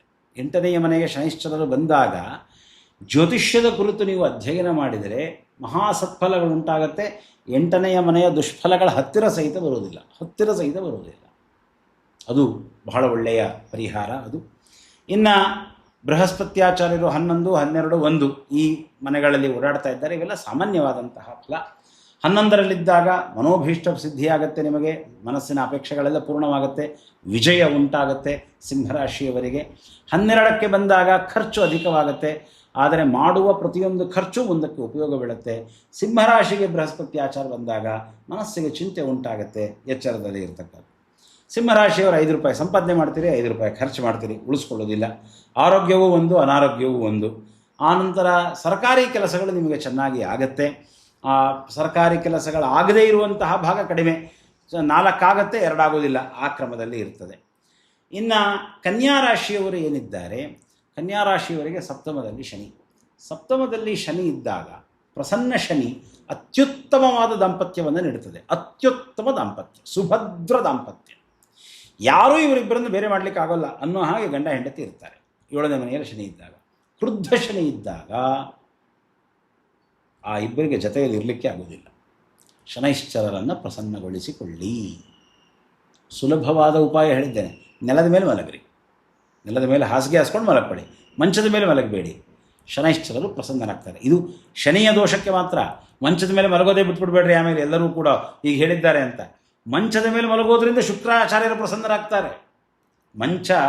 ಒಳ್ಳೆಯ ಮಂಚವನ್ನು ಮಾಡಿಸಿಕೊಂಡು, ಒಳ್ಳೆಯ ಹಾಸಿಗೆ ಹಾಸಿಕೊಂಡು, ಒಳ್ಳೆಯ ದಿಂಬು, ಒಳ್ಳೆಯ ಹೊದ್ದಿಗೆ ಇದನ್ನು ಇಟ್ಟುಕೊಂಡು ವಿಲಾಸಭರಿತವಾಗಿ ಮಂಚವನ್ನು ಮಾಡಿಸಿಕೊಂಡು ಮಲಗೋದರಿಂದ ಶುಕ್ರಾಚಾರ್ಯರು ಪ್ರಸನ್ನರಾಗ್ತಾರೆ, ಬೃಹಸ್ಪತ್ಯಾಚಾರ್ಯರು ಪ್ರಸನ್ನರಾಗ್ತಾರೆ. ಈ ಫಲಗಳು ಯಾವಾಗ, ಈ ಆಚರಣೆಗಳು ಯಾವಾಗ, ಆ ಗ್ರಹ ಕ್ರುದ್ಧವಾದಾಗ, ಗಂಡ ಹೆಂಡತಿ ಮಧ್ಯದಲ್ಲಿ ಜಗಳ ಆಗ್ತಾ ಇದೆಯಾ ಕನ್ಯಾ ರಾಶಿಯವರಿಗೆ ಅಥವಾ ಕನ್ಯಾ ಲಗ್ನದಲ್ಲಿ ಹುಟ್ಟಿದವರಿಗೆ, ಇದನ್ನು ಅನುಸರಣೆ ಮಾಡಿದ್ರೆ ಪರಿಹಾರವಾಗುತ್ತೆ ಅಂತ ಅರ್ಥ. ಮತ್ತು ಹೇಳ್ತೇನೆ, ಇದೆಲ್ಲವೂ ಸಾಮಾನ್ಯ ಫಲ. ಬರೀ ಕನ್ಯಾ ರಾಶಿಯಿಂದ, ಕನ್ಯಾ ಲಗ್ನದಿಂದ ಒಂದರಿಂದ ಹೇಳಲಿಕ್ಕಾಗೋದಿಲ್ಲ. ಜಾತಕವನ್ನು ನೋಡೇ ಹೇಳಬೇಕು. ಸಾಮಾನ್ಯವಾದಂತಹ ಫಲ. ಇನ್ನು ಬೃಹಸ್ಪತ್ಯಾಚಾರ್ಯರು 10, 11, 12 ಈ 3 ಮನೆಗಳಲ್ಲಿ ಓಡಾಡ್ತಾ ಇದ್ದಾರೆ. ನಿಮ್ಮ ವೃತ್ತಿ ಜೀವನ ಚೆನ್ನಾಗಿರ್ತದೆ, ಮನೋಭೀಷ್ಟ ಸಿದ್ಧಿಯಾಗತ್ತೆ. ನೀವು ಏನು ಅಂದುಕೊಳ್ತೀರ ಆ ಕೆಲಸವನ್ನು ಸಾಧಿಸ್ಬೋದು ಬೃಹಸ್ಪತ್ಯಾಚಾರ್ಯರ ಅನುಗ್ರಹ ಪಡೆದ ಕಾರಣ. ಬೃಹಸ್ಪತ್ಯಾಚಾರ್ಯರು ಕರ್ಕರಾಶಿಯಲ್ಲಿ ಕುಳಿತುಕೊಂಡಿದ್ದಾರೆ. 11ನೇ ಮನೆಯಲ್ಲಿ ಉಚ್ಚ ಗ್ರಹವಾಗಿ 4ನೇ ಮನೆ ಅಧಿಪತಿ ಮತ್ತು 7ನೇ ಮನೆ ಅಧಿಪತಿಯಾಗಿ 11ನೇ ಮನೆಯಲ್ಲಿ ಕೂತಿದ್ದಾರೆ. ಬಹಳ ಅತ್ಯುತ್ಕೃಷ್ಟವಾದಂತಹ ಯೋಗ ಅದು. ಹೀಗಾಗಿ ನೀವು ನಿಮ್ಮ ಜೀವನದಲ್ಲಿ ಏನು ಸಾಧನೆ ಮಾಡಬೇಕು ಅಂದ್ಕೊಂಡಿದ್ದೀರಿ ಅದನ್ನು ಕನ್ಯಾ ರಾಶಿಯವರು ಸಾಧನೆ ಮಾಡುವಂತಹ ಅವಕಾಶ ಈಗಿದೆ. ಅದನ್ನು ಮಾಡಿಕೊಳ್ಳಲಿಕ್ಕೆ ಪ್ರಯತ್ನ ಪಡತಕ್ಕದ್ದು. ಇನ್ನು 12ರಲ್ಲಿ ಅಂದರೆ ಸಿಂಹರಾಶಿಯಲ್ಲಿ ಕೇತು ಇರುವುದರಿಂದ ನಿಮ್ಮ ಆಲೋಚನೆ ವಿಚಾರಗಳು ಚೆನ್ನಾಗಿರಬೇಕು. ರಾಹು ಕೇತುಗಳ ಬಗ್ಗೆನೂ ಕೂಡ ಹೇಳಿರ್ತೇನೆ. ನಿಮ್ಮ ದೇಹವನ್ನು ನೀವು ಚೆನ್ನಾಗಿಟ್ಕೊಳ್ಳಿ, ರಾಹುಗ್ರಹ ಪ್ರಸನ್ನವಾಗಿ ಬಿಡ್ತದೆ. ಒಳ್ಳೆಯ ಬಟ್ಟೆ ಹಾಕ್ಕೊಳ್ಳಿ, ನಿಮ್ಮ ದೇಹವನ್ನು ಹೊಲಸಾಗಿ ಇಟ್ಕೋಬೇಡಿ, ಚೆನ್ನಾಗಿಟ್ಕೊಳ್ಳಿ, ರಾಹುಗ್ರಹ ಪ್ರಸನ್ನವಾಗುತ್ತೆ. ನಿಮ್ಮ ಮನಸ್ಸನ್ನು ಚೆನ್ನಾಗಿಟ್ಕೊಳ್ಳಿ, ಕೇತುಗ್ರಹ ಪ್ರಸನ್ನವಾಗಿ ಬಿಡುತ್ತೆ. ನಿಮ್ಮ ಇಂಟೆನ್ಷನ್ ಸರಿಯಾಗಿದ್ದರೆ, ನೀವು ಯಾವ ಅಭಿಸಂಧಿಯಿಂದ, ಶಾಸ್ತ್ರ ಬಳಸಿರುವ ಶಬ್ದ ಅಭಿಸಂಧಿ, ನೀವು ಯಾವ ಉದ್ದೇಶದಿಂದ ಕೆಲಸ ಮಾಡ್ತಾ ಇದ್ದೀರಿ ಆ ಉದ್ದೇಶ ಸರಿ ಇದ್ದರೆ ಕೇತುಗ್ರಹ ಪ್ರಸನ್ನ, ಸುಪ್ರಸನ್ನ. ಕೇತುಗ್ರಹ ಪ್ರಸನ್ನವಾದಾಗ ವಿಜಯ, ಕಟ್ಟಿಟ್ಟ ಬುದ್ಧಿ ಮತ್ತು ನಿಮಗೆ ಶತ್ರುಗಳಿಂದ ತೊಂದರೆ ಉಂಟಾಗುವುದಿಲ್ಲ. ಹೀಗಾಗಿ ನಿಮ್ಮ ಅಭಿಸಂಧಿಯನ್ನು ನೀವು ಚೆನ್ನಾಗಿ ಇಟ್ಟುಕೊಳ್ಳತಕ್ಕದ್ದು. ಇದು ಕನ್ಯಾ ರಾಶಿಯವರ ಫಲ. ಆರೋಗ್ಯ ಅನಾರೋಗ್ಯದ ಬಗ್ಗೆ ಬಹಳ ಕಾಳಜಿ ವಹಿಸಿರಿ. ಆರೋಗ್ಯ ಚೆನ್ನಾಗಿರಬಹುದು, ಇಲ್ಲದೇ ಇರಬಹುದು. ಇದ್ದಕ್ಕಿದ್ದ ಹಾಗೆ ಬದಲಾವಣೆಯಾಗುವಂತಹ ಸಾಧ್ಯತೆ ನಿಮಗೆ ಇರ್ತದೆ. ಹೀಗಾಗಿ ಅದರಲ್ಲಿಯೂ 6ನೇ ಮನೆಯಲ್ಲಿ ರಾಹು ಇರುವುದರಿಂದ ರೋಗಗಳು ಇದ್ದಕ್ಕಿದ್ದ ಹಾಗೆ ಕಾಯಿಲೆಗಳು ಬರುವಂತಹ ಸಾಧ್ಯತೆ ಇರುತ್ತೆ. ಕನ್ಯಾ ರಾಶಿಯವರು, ಕನ್ಯಾ ಲಗ್ನದವರು ಎಚ್ಚರದಲ್ಲಿ ಇರತಕ್ಕದ್ದು. ನೀವು ಸರ್ಕಾರಿ ಕೆಲಸಗಳು ಈ ಸರ್ತಿ ಆಗುವುದಿಲ್ಲ, ಕಷ್ಟ ಆಗಿಬಿಡುತ್ತೆ ನಿಮಗೆ. ಮಿಥುನದಲ್ಲಿ ಗುರು ಇರುವವರೆಗೆ ಆಗಬಹುದು, ಆದರೆ ಆನಂತರದಲ್ಲಿ ಸ್ವಲ್ಪ ಕಷ್ಟ. ಆದರೆ ಬೃಹಸ್ಪತ್ಯಾಚಾರ್ಯರ ಸೇವಾ ಮಾಡಿರಿ, ಮನೋಭೀಷ್ಟ ಸಿದ್ಧಿ ಆಗುತ್ತೆ. ಯಾಕಂದರೆ ಬೃಹಸ್ಪತ್ಯಾಚಾರ್ಯ 11ನೇ ಮನೆಯಲ್ಲಿ ಕೂತಿದ್ದಾರೆ, ಕೊಡ್ತೇನೆ ಅಂತೇಳಿ ಬೃಹಸ್ಪತ್ಯಾಚಾರ್ಯರ ಅನುಗ್ರಹವನ್ನು ಪಡೆಯತಕ್ಕದ್ದು. ಇನ್ನು ತುಲಾರಾಶಿಯವರಿದ್ದಾರೆ. ತುಲಾರಾಶಿಯವರಿಗೆ 6ನೇ ಮನೆಯಲ್ಲಿ ಶನೈಶ್ಚರರಿದ್ದಾರೆ. ಕೋರ್ಟು ಕಚೇರಿ ಇತ್ಯಾದಿಗಳು ಅಲದಾಡುವಂಥದ್ದು ಬಹಳ ಆಗಿರ್ತದೆ. ಆರೋಗ್ಯದ ಸಮಸ್ಯೆ ಬಹಳ ಆಗಿಬಿಡ್ತದೆ. ಸಾಲ ಬಹಳ ಆಗಿಬಿಡುತ್ತೆ. ಸಾಲ ಮಾಡಲಿಕ್ಕೆ ಹೋಗಬೇಡಿ ಈಗ ತುಲಾ ಲಗ್ನದಲ್ಲಿ ಹುಟ್ಟಿದವರು, ತುಲಾರಾಶಿಯವರು. ಕಾರಣ ಸಾಲ ಬಹುಕಾಲದ ಒಳಗೆ ಉಳ್ಕೊಂಡ್ಬಿಡುತ್ತೆ. ಇದು ಶನೈಶ್ಚರರು ಕ್ರುದ್ಧರಾಗಿದ್ದಾಗ. ಪ್ರಸನ್ನರಾಗಬೇಕು ಅಂದರೆ ತುಲಾರಾಶಿಯವರಿಗೆ ಮತ್ತೊಂದು ಸುಲಭದ ಮಾರ್ಗ ಹೇಳ್ತೇನೆ. ಇದನ್ನೆಲ್ಲರೂ ಆಚರಣೆ ಮಾಡಬಹುದು, ಆದರೆ ವಿಶೇಷವಾಗಿ ತುಲಾಲಗ್ನ ತುಲಾರಾಶಿಯವರು ಈ ವರ್ಷ ಮಾಡಬೇಕು. ಶನೈಶ್ಚರರು 6ನೇ ಮನೆಯಲ್ಲಿದ್ದು ಯಾರಿಗೆ ತೊಂದರೆ ಉಂಟಾಗ್ತಾ ಇದೆ ಅಂತಹವರು ಮಾಡಬೇಕಾದ್ದೇನು ಗೊತ್ತಾ? ನಿಮ್ಮ ಹತ್ತಿರದ ದೇವಸ್ಥಾನಗಳಿಗೆ ಹೋಗಿರಿ ಅಥವಾ ರಾಯರ ಮಠಕ್ಕೆ ಹೋಗಿರಿ. ದೊಡ್ಡ ಕ್ಷೇತ್ರಗಳಿಗೆ, ನಮ್ಮ ರಾಜರ ಸನ್ನಿಧಾನ, ನಮ್ಮ ಶ್ರೀ ಪಾಜಕ ಕ್ಷೇತ್ರ, ಶ್ರೀಮದ್ ಉಡುಪಿ ಕ್ಷೇತ್ರ, ನಮ್ಮ ಶ್ರೀಮದ್ ಬ್ರಹ್ಮಣ್ಯ ತೀರ್ಥ ಗುರು ಸಾರ್ವಭೌಮರ ಸನ್ನಿಧಾನ, ಅಲ್ಲಿಗೆ ಹೋಗ್ರಿ. ಅಲ್ಲಿ ಹೋಗಿ ದೈಹಿಕವಾದ ಸೇವೆ ಮಾಡಿರಿ. ಅಲ್ಲಿ ಬ್ರಾಹ್ಮಣರು ಊಟ ಮಾಡಿದರೆ ಎಂಜಲು ಹೋಮ ಮಾಡಿರಿ. ಅಲ್ಲಿ ಕಸವನ್ನು ಗುಡಿಸ್ರಿ. ಅಲ್ಲಿ ಪಾತ್ರೆಗಳನ್ನು ತೊಳೆಯಿರಿ, ಹೆಣ್ಮಕ್ಳಾಗಲಿ ಗಂಡಸರಾಗಲಿ. ದೈಹಿಕವಾದ ಸೇವೆಯನ್ನು ಮಾಡಿರಿ. ಏನೂ ಮಾಡಲಿಕ್ಕಾಗಲಿಲ್ಲ, ಪ್ರದಕ್ಷಿಣೆ ನಮಸ್ಕಾರ ಮಾಡಿರಿ. ಶನೈಶ್ಚರರ ಕ್ರೋಧ ಶಾಂತವಾಗುತ್ತೆ. ಶನೈಶ್ಚರರು ಪ್ರಸನ್ನರಾಗ್ತಾರೆ. ಇದು ಎಷ್ಟು ದಿವಸ ಮಾಡಬೇಕು? ಪ್ರತಿ ಶನಿವಾರ ಮಾಡಿರಿ ಅಥವಾ ಪ್ರತಿ ದಿವಸ ಮಾಡಿರಿ. ಒಂದು ಸಣ್ಣದಾದ ಹತ್ತಿರದ ದೇವಸ್ಥಾನಕ್ಕೆ ಹೋಗೋದು, ಒಂದು ಸೇವಾ ಮಾಡಿ ಬರೋದು. ದೈಹಿಕವಾದ ಸೇವೆಯನ್ನು ಸಮರ್ಪಣೆ ಮಾಡಿ. ಶನೈಶ್ಚರರು ಪ್ರಸನ್ನರಾಗ್ತಾರೆ. ಈ ಸಾಲ ಅಥವಾ ರೋಗ ಇವುಗಳ ಸಮಸ್ಯೆ ಇದ್ದರೆ ಪರಿಹಾರ ಉಂಟಾಗುತ್ತೆ. ಇದು ಎಲ್ಲ ರಾಶಿಯವರಿಗೂ ಸಮಾನವಾದದ್ದು. ಯಾರ್ಯಾರ ಜಾತಕದಲ್ಲಿ ಶನೈಶ್ಚರರು 6ನೇ ಮನೆಯ ಫಲವನ್ನು ಕೊಡ್ತಾ ದುಷ್ಫಲವನ್ನು ನೀಡ್ತಾ ಇದ್ದಾರೆ, ಆ ಸಂದರ್ಭದಲ್ಲಿ ಈ ಅನುಷ್ಠಾನ ಮಾಡಿದಾಗ ಫಲ ಉಂಟಾಗುತ್ತೆ. ಮತ್ತು ಒಟ್ಟಾರೆ ರಾಯರ ಮಠ, ದೇವಸ್ಥಾನಗಳು ಇಂಥ ಕಡೆಯಲ್ಲಿ ಹೋಗಿ ಸೇವೆ ಮಾಡುವುದರಿಂದ ಸಾಲ, ರೋಗ ಮತ್ತು ಶತ್ರುಗಳ ಕಾಟ ಇವುಗಳಿಂದ ಪರಿಹಾರ ದೊರೆತು ಬಿಡುತ್ತೆ. ಸುಲಭೋಪಾಯ. ಯಾರೋ ಏನೋ ಕೇಸ್ ಹಾಕಿದ್ದಾರೆ, ಏನೋ ತೊಂದರೆ ಆಗಿದೆ, ಹೋಗಿ ಸ್ವಾದಿ ಹೋಗಿ ಸೇವೆ ಮಾಡಿ. ಅಲ್ಲಿ ಹೋಗಿ ದೈಹಿಕವಾದ ಸೇವೆ ಮಾಡಿ. ನಮಸ್ಕಾರಗಳು ಒಂದು, ನಮಸ್ಕಾರಗಳನ್ನು ಮಾಡಿ. ಈಗ ವೃಂದಾವನ ಇದೆ, ವೃಂದಾವನದಲ್ಲಿ ಪರಿಕ್ರಮವನ್ನು ಮಾಡ್ತಾರೆ. ನಮ್ಮ ಅರುಣಾಚಲೇಶ್ವರವಿದೆ, ಅಲ್ಲಿ ಅರುಣಾಚಲಕ್ಕೆ ಪರಿಕ್ರಮವಿದೆ. ನಮ್ಮ ಶ್ರೀರಂಗವಿದೆ, ಶ್ರೀರಂಗದೊಳಗಡೆಗೆ ಪರಿಕ್ರಮದ ಪದ್ಧತಿ ಇದೆ. ಆ ಪರಿಕ್ರಮಗಳನ್ನು ಮಾಡ್ರಿ. ಯಾರದೇ ಜಾತಕದೊಳಗೆ, ಇದು ಕೇವಲ ರಾಶಿ ತುಲಾ ಲಗ್ನವರಿಗಲ್ಲ, ಯಾವುದೇ ಜಾತಕದೊಳಗಡೆ ರೋಗಗಳ ಸಮಸ್ಯೆ ಆಗ್ತಾ ಇದೆ, ಶತ್ರುಗಳ ಕಾಟ ಆಗ್ತಾ ಇದೆ, ವಾಮಾಚಾರದ ಕಾಟ ಆಗ್ತಾ ಇದೆ, ಆನಂತರ ಸಾಲದ ಬಾಧೆ ಬಹಳ ಆಗಿಬಿಟ್ಟಿದೆ, ಕೋರ್ಟು ಕಚೇರಿಗಳಿಗೆ ಅಲಿಬೇಕಾಗಿದೆ, ಹೋಗಿ ದೇಹದಂಡನವನ್ನು ಮಾಡಿ ಕ್ಷೇತ್ರಗಳಿದೆ, ದೊಡ್ಡವರ ಸನ್ನಿಧಾನದಲ್ಲಿ ಮಾಡಿ, ಸಮಸ್ಯೆ ಪರಿಹಾರವಾಗಿ ಬಿಡುತ್ತೆ. ಸುಲಭೋಪಾಯ. ಇವೆಲ್ಲವೂ ಕೂಡ ಸುಲಭವಾಗಿ ಮಾಡುವಂಥದ್ದು. ಇನ್ನು ತುಲಾರಾಶಿಯವರು 5 ರೂಪಾಯಿ ಸಂಪಾದನೆ ಮಾಡ್ತೀರಿ, 14 ರೂಪಾಯಿ ಖರ್ಚಿದೆ, ಎಚ್ಚರದಲ್ಲಿರಿ. 6ನೆಯ ಮನೆ ಬೇರೆ, ಹೀಗಾಗಿ 6ನೇ ಮನೆಯ ಒಳಗಡೆಗೆ ಶನೈಶ್ಚರರು ಇರೋದರಿಂದ ಸಾಲ ಮಾಡಿ ಕೆಲಸ ಮಾಡುವಂತಹ ಪ್ರಸಕ್ತಿ ಬರ್ತದೆ. ಎಚ್ಚರದಲ್ಲಿ ಇರತಕ್ಕದ್ದು. ಆರೋಗ್ಯ 4, ಅನಾರೋಗ್ಯ 5 ಇದೆ. ಕೆಲಸಗಳು 3 ಆಗ್ತವೆ, 5 ಆಗುವುದಿಲ್ಲ. ಈ ಕ್ರಮ ಇದೆ, ಎಚ್ಚರದಲ್ಲಿ ಇರತಕ್ಕದ್ದು. ಆದರೆ ಬೃಹಸ್ಪತ್ಯಾಚಾರ್ಯರ ಸಂಚಾರದಿಂದ ಫಲ ಚೆನ್ನಾಗಿದೆ. ಬೃಹಸ್ಪತ್ಯಾಚಾರ್ಯರನ್ನು ನೀವು ಒಲಿಸಿಕೊಳ್ಳತಕ್ಕದ್ದು. ಬೃಹಸ್ಪತಿಯ ಗುರು ಸೇವೆಯನ್ನು ಮಾಡಿ. ನಮ್ಮ ಗುರು ಪರಂಪರೆಯನ್ನು, ಶ್ರೀಮದ್ ಆನಂದ ತೀರ್ಥ ಭಗವತ್ಪಾದಾಚಾರ್ಯರ ಪರಮ ಪರಿಶುದ್ಧ ಪರಂಪರೆಗಳಲ್ಲಿ ಬಂದ ಗುರುಗಳನ್ನು, ನಮ್ಮ ದಾಸಾರ್ಯರನ್ನು, ಅವರನ್ನು ಆಶ್ರಯಿಸಿ, ವಿಜಯಪ್ರಭುಗಳನ್ನು ಆಶ್ರಯಿಸಿ ಸರ್ವತ್ರ ಜಯಬಹುದು. ಚಿಂತೆಯೇ ಮಾಡಬೇಕಾಗಿಲ್ಲ. ಇನ್ನು ಯಾರು ವೃಶ್ಚಿಕ ರಾಶಿಯಲ್ಲಿ ಹುಟ್ಟಿದ್ದಾರೆ ಅಂತಹವರಿಗೆ 5ನೆಯ ಮನೆಯಲ್ಲಿ ಶನಿ. ವಿದ್ಯಾಭ್ಯಾಸ ಚೆನ್ನಾಗಿ ಆಗ್ತದೆ. ಶನೈಶ್ಚರರು ಪ್ರಸನ್ನರಾಗಿದ್ದರೆ ನಿಮ್ಮ ಪೂರ್ವಜನ್ಮದ ಪುಣ್ಯ ಅಭಿವೃದ್ಧವಾಗುತ್ತೆ. ಪೂರ್ವಜನ್ಮದ ಪುಣ್ಯ ಅಭಿವೃದ್ಧವಾಗುತ್ತೆ, ಅದು ದೊರಕಿ ಬರ್ತದೆ. ನೀವು ಹಿಂದೆ ಮಾಡಿದಂತಹ ಪುಣ್ಯದ ಫಲ ಈಗ ನಿಮಗೆ ಸಿಗುತ್ತೆ. ಶನೈಶ್ಚರರು ಪ್ರಸನ್ನರಾಗಬೇಕು. ಆ ಕ್ರಮದಲ್ಲಿ ಕ್ರುದ್ಧರಾಗಿದ್ದಾರೆ, ಹಿಂದೆ ಮಾಡಿದ ಕರ್ಮದ ಫಲ ಈಗ ಹೆಚ್ಚು ಅನುಭವಿಸಲಿಕ್ಕೆ ಆರಂಭ ಮಾಡ್ತೀವಿ. ಶನೈಶ್ಚರರು ಬರೋದೇ ಕರ್ಮದ ಫಲ ಕೊಡಲಿಕ್ಕೋಸ್ಕರ. ನಾವು ಏನೇನೆಲ್ಲ ಕರ್ಮ ಮಾಡಿರ್ತೇವಲ್ಲ, ಆ ಎಲ್ಲ ಕರ್ಮಗಳ ಫಲವನ್ನು ಕೊಡಲಿಕ್ಕೇ ಶನೈಶ್ಚರರು ಬರ್ತಾರೆ. ಹೀಗಾಗಿ ಶನೈಶ್ಚರರು ಬಂದಾಗ ಆ ಕರ್ಮದ ಫಲ, ದುಷ್ಕರ್ಮಗಳ ಫಲವಾಗಬಾರದು ಅಂದರೆ ಶನೈಶ್ಚರರನ್ನು ಪ್ರಸನ್ನಗೊಳಿಸಿಕೊಳ್ಳತಕ್ಕದ್ದು. ಯಾವ ರೀತಿಯಾಗಿ ನೋಡಿ, 5ನೇ ಮನೆಯಲ್ಲಿ ಶನಿ ಇದ್ದಾಗ ವೃದ್ಧರಾದ ಯಾರು ವಿದ್ವಾಂಸರಿದ್ದಾರಲ್ಲ, ಅತ್ಯಂತ ವೃದ್ಧರಾದರು, 70 ವರ್ಷ 80 ವರ್ಷ ವೃದ್ಧರಾದ ವಿದ್ವಾಂಸರಿದ್ದಾರಲ್ಲ, ಹೋಗವರ ಸೇವೆ ಮಾಡಿರಿ. ಅವರಿಗೆ ಆಹಾರ ಪದಾರ್ಥಗಳ ದಾನ ಮಾಡಿ ಬನ್ನಿ, ನಿಮಗೆ ಒಳ್ಳೆಯದಾಗ್ತದೆ. ಮತ್ತು 8, 9, 10ರಲ್ಲಿ ಬೃಹಸ್ಪತ್ಯಾಚಾರ್ಯರ ಸಂಚಾರವಿದೆ. 9, 10ಕ್ಕೆ ಬಂದಾಗ ತುಂಬ ಚೆನ್ನಾಗಾಗತ್ತೆ. 8ರಲ್ಲಿ ಇದ್ದಾಗ ಸ್ವಲ್ಪ ದೈಹಿಕವಾದಂತಹ ಪೀಡೆಗಳು ಉಂಟಾಗ್ತವೆ. ಎಚ್ಚರದಲ್ಲಿ ಇರತಕ್ಕದ್ದು ವೃಶ್ಚಿಕ ರಾಶಿಯವರಿಗೆ. ಇನ್ನು ಧನು ರಾಶಿಯವರಿಗೆ 4ನೆಯ ಮನೆಯಲ್ಲಿ ಶನೈಶ್ಚರರಿದ್ದಾರೆ, ಚತುರ್ಥದಲ್ಲಿ. ನೀವು ಯಾವುದೇ ಆಸ್ತಿಗೆ ಸಂಬಂಧಪಟ್ಟಂತಹ ಕೆಲಸ ಮಾಡಬೇಕಂದ್ರೆ ಈಗ ಮಾಡತಕ್ಕದ್ದು. ಶನೈಶ್ಚರರು ಬಹಳ ಉತ್ತಮ ಫಲವನ್ನು ಕೊಡ್ತಾರೆ ಅಲ್ಲಿದ್ದಾಗ. ಕ್ರುದ್ಧರಾಗಿದ್ದಾಗ ಮತ್ತೆ ಆಸ್ತಿಯ ವಿಷಯದಲ್ಲಿ ಸಮಸ್ಯೆ ಆಗುತ್ತೆ. ಎಲ್ಲ ಗ್ರಹಗಳು ಎಲ್ಲ ಫಲಗಳನ್ನು ಕೊಡ್ತದೆ. ಕರ್ಕದಲ್ಲಿ ಬೃಹಸ್ಪತ್ಯಾಚಾರ್ಯರಿದ್ದಾರೆ, ಹೀಗಾಗಿ ಶುಭ ಫಲಗಳೇ ಬರ್ತವೆ. ಹಾಗಿಲ್ಲ, ಕರ್ಕದಲ್ಲಿ ಬೃಹಸ್ಪತ್ಯಾಚಾರ್ಯರು ಕ್ರುದ್ಧರಾದರೆ ಅತಿ ಹೆಚ್ಚಿನ ದುಷ್ಫಲಗಳನ್ನು ಕೊಡ್ತಾರೆ, ಯಾಕೆಂದರೆ ಶಕ್ತಿ ಜಾಸ್ತಿ ಇರ್ತದೆ ಅವರಿಗೆ. ಹೀಗಾಗಿ ಗ್ರಹ ಕ್ರುದ್ಧವಾಗಿದೆಯಾ ಪ್ರಸನ್ನವಾಗಿದೆಯಾ ಅನ್ನೋದನ್ನು ನಾವು ನೋಡಿಕೊಳ್ಳಬೇಕಾಗತ್ತೆ. ನಮ್ಮ ಜೀವನದಲ್ಲೇ ಗೊತ್ತಾಗ್ತಾ ಇರ್ತದೆ. ನೀವು ಧನುರಾಶಿ ಧನುರ್ಲಗ್ನದಲ್ಲಿ ಹುಟ್ಟಿದ್ದೀರಿ, ಈಗ ಏನೋ ಆಸ್ತಿಗೆ ಸಂಬಂಧಪಟ್ಟ ಸಮಸ್ಯೆಗಳು ನಡೀತಾ ಇದೆ, ಶನೈಶ್ಚರರು ಕ್ರುದ್ಧರಾಗಿದ್ದಾರೆ. ನೀವು ಧನುರಾಶಿ ಧನುರ್ಲಗ್ನದಲ್ಲಿ ಹುಟ್ಟಿದ್ದೀರಿ, ಒಳ್ಳೆ ಆಸ್ತಿಗಳು ಬರ್ತಾ ಇವೆ, ಶನೈಶ್ಚರರು ಪ್ರಸನ್ನರಾಗಿದ್ದಾರೆ. ಸರಳವಾದಂತಹ ವಿಷಯ. ಇನ್ನು ಧನುರಾಶಿಯವರು 14 ರೂಪಾಯಿ ಸಂಪಾದನೆ ಮಾಡ್ತೀರಿ, 11 ರೂಪಾಯಿ ಖರ್ಚು ಮಾಡ್ತೀರಿ. ಉಳಿಸೋದು ಬಹಳ ಕಡಿಮೆ. ಪೂರ್ಣ ಸಂಪಾದನೆ ಮಾಡ್ತೀರಿ, ಆದರೆ ಉಳಿಸೋದು ಕಡಿಮೆ. ಅದರ ಬಗ್ಗೆ ಗಮನವಿರಲಿ. ಆರೋಗ್ಯ 5 ಇದೆ, ಅನಾರೋಗ್ಯ 2, ಚಿಂತೆ ಇಲ್ಲ. ಇನ್ನು ಕೆಲಸಗಳು 3 ಆಗ್ತವೆ, 5 ಆಗೋದಿಲ್ಲ. ಎಚ್ಚರದಲ್ಲಿರ್ತಕ್ಕದ್ದು. 8ನೆಯ ಮನೆಯಲ್ಲಿ ಬೃಹಸ್ಪತ್ಯಾಚಾರ್ಯರು ಬೇರೆ ಇದ್ದಾರೆ, ಅದನ್ನು ಕೂಡ ಯೋಚನೆ ಮಾಡತಕ್ಕದ್ದು. ಇನ್ನು ಯಾರು ಮಕರ ರಾಶಿ ಮಕರ ಲಗ್ನಗಳಲ್ಲಿ ಹುಟ್ಟಿದ್ದಾರೆ ಅವರಿಗೆ 3ನೆಯ ಮನೆಯಲ್ಲಿ ಶನೈಶ್ಚರರಿದ್ದಾರೆ. ಅಪಾರವಾದ ಬಲವನ್ನು ಕೊಡ್ತಾರೆ, ಅಪಾರ ಬಲ. ನೀವು ಬರವಣಿಗೆಯ ವೃತ್ತಿಯವರಾಗಿದ್ದರೆ, ಮಕರ ರಾಶಿಯವರು ಮಕರ ಲಗ್ನದಲ್ಲಿ ಬರಿತಾ ಇದ್ದೀರಿ ನೀವು, ನಿಮಗೆ ಬಹಳ ಒಳ್ಳೆಯದಾಗತ್ತೆ. ನೀವು ಬರೆಯತಕ್ಕದ್ದು, ಬರೆಯುವ ಕೆಲಸವನ್ನು ಮುಂದುವರಿಸ್ತಕ್ಕದ್ದು. ಯಾರು ಡಾಕ್ಯುಮೆಂಟೇಷನ್ ಕೆಲಸಗಳಲ್ಲಿ ಇರ್ತಾರೆ, ಡಾಕ್ಯುಮೆಂಟ್ಗಳನ್ನು ಕಲೆಕ್ಟ್ ಮಾಡೋದು, ಮತ್ತೊಂದು ಮಾಡೋದು, ಅಂತಹವರಿಗೂ ಕೂಡ ಒಳ್ಳೆಯದಾಗ್ತದೆ. ಮತ್ತು ಈಗ ಬೃಹಸ್ಪತ್ಯಾಚಾರ್ಯರು 6ನೇ ಮನೆ ಮುಗಿಸಿ 7ನೇ ಮನೆಗೆ ಬರ್ತಾ ಇದ್ದಾರೆ. ಏಳನೇ ಮನೆಗೆ ಬೃಹಸ್ಪತ್ಯಾಚಾರ್ಯರು ಬಂದರೆ ಮದುವೆ ಆಗಬೇಕಾದಂತಹ ಮಕರ ಲಗ್ನ ಮಕರ ರಾಶಿಯವರಿಗೆ ಅವಶ್ಯವಾಗಿ ಮದುವೆ ಆಗುತ್ತೆ. ನಿಮ್ಮ ದೇಹದೊಳಗೆ ದೀರ್ಘಕಾಲೀನವಾದ ಅನಾರೋಗ್ಯವಿದ್ದರೆ ಅದು ಪರಿಹಾರವಾಗುತ್ತೆ. ಬೃಹಸ್ಪತ್ಯಾಚಾರ್ಯರನ್ನು ಪ್ರಸನ್ನಗೊಳಿಸಿಕೊಳ್ಳತಕ್ಕದ್ದು.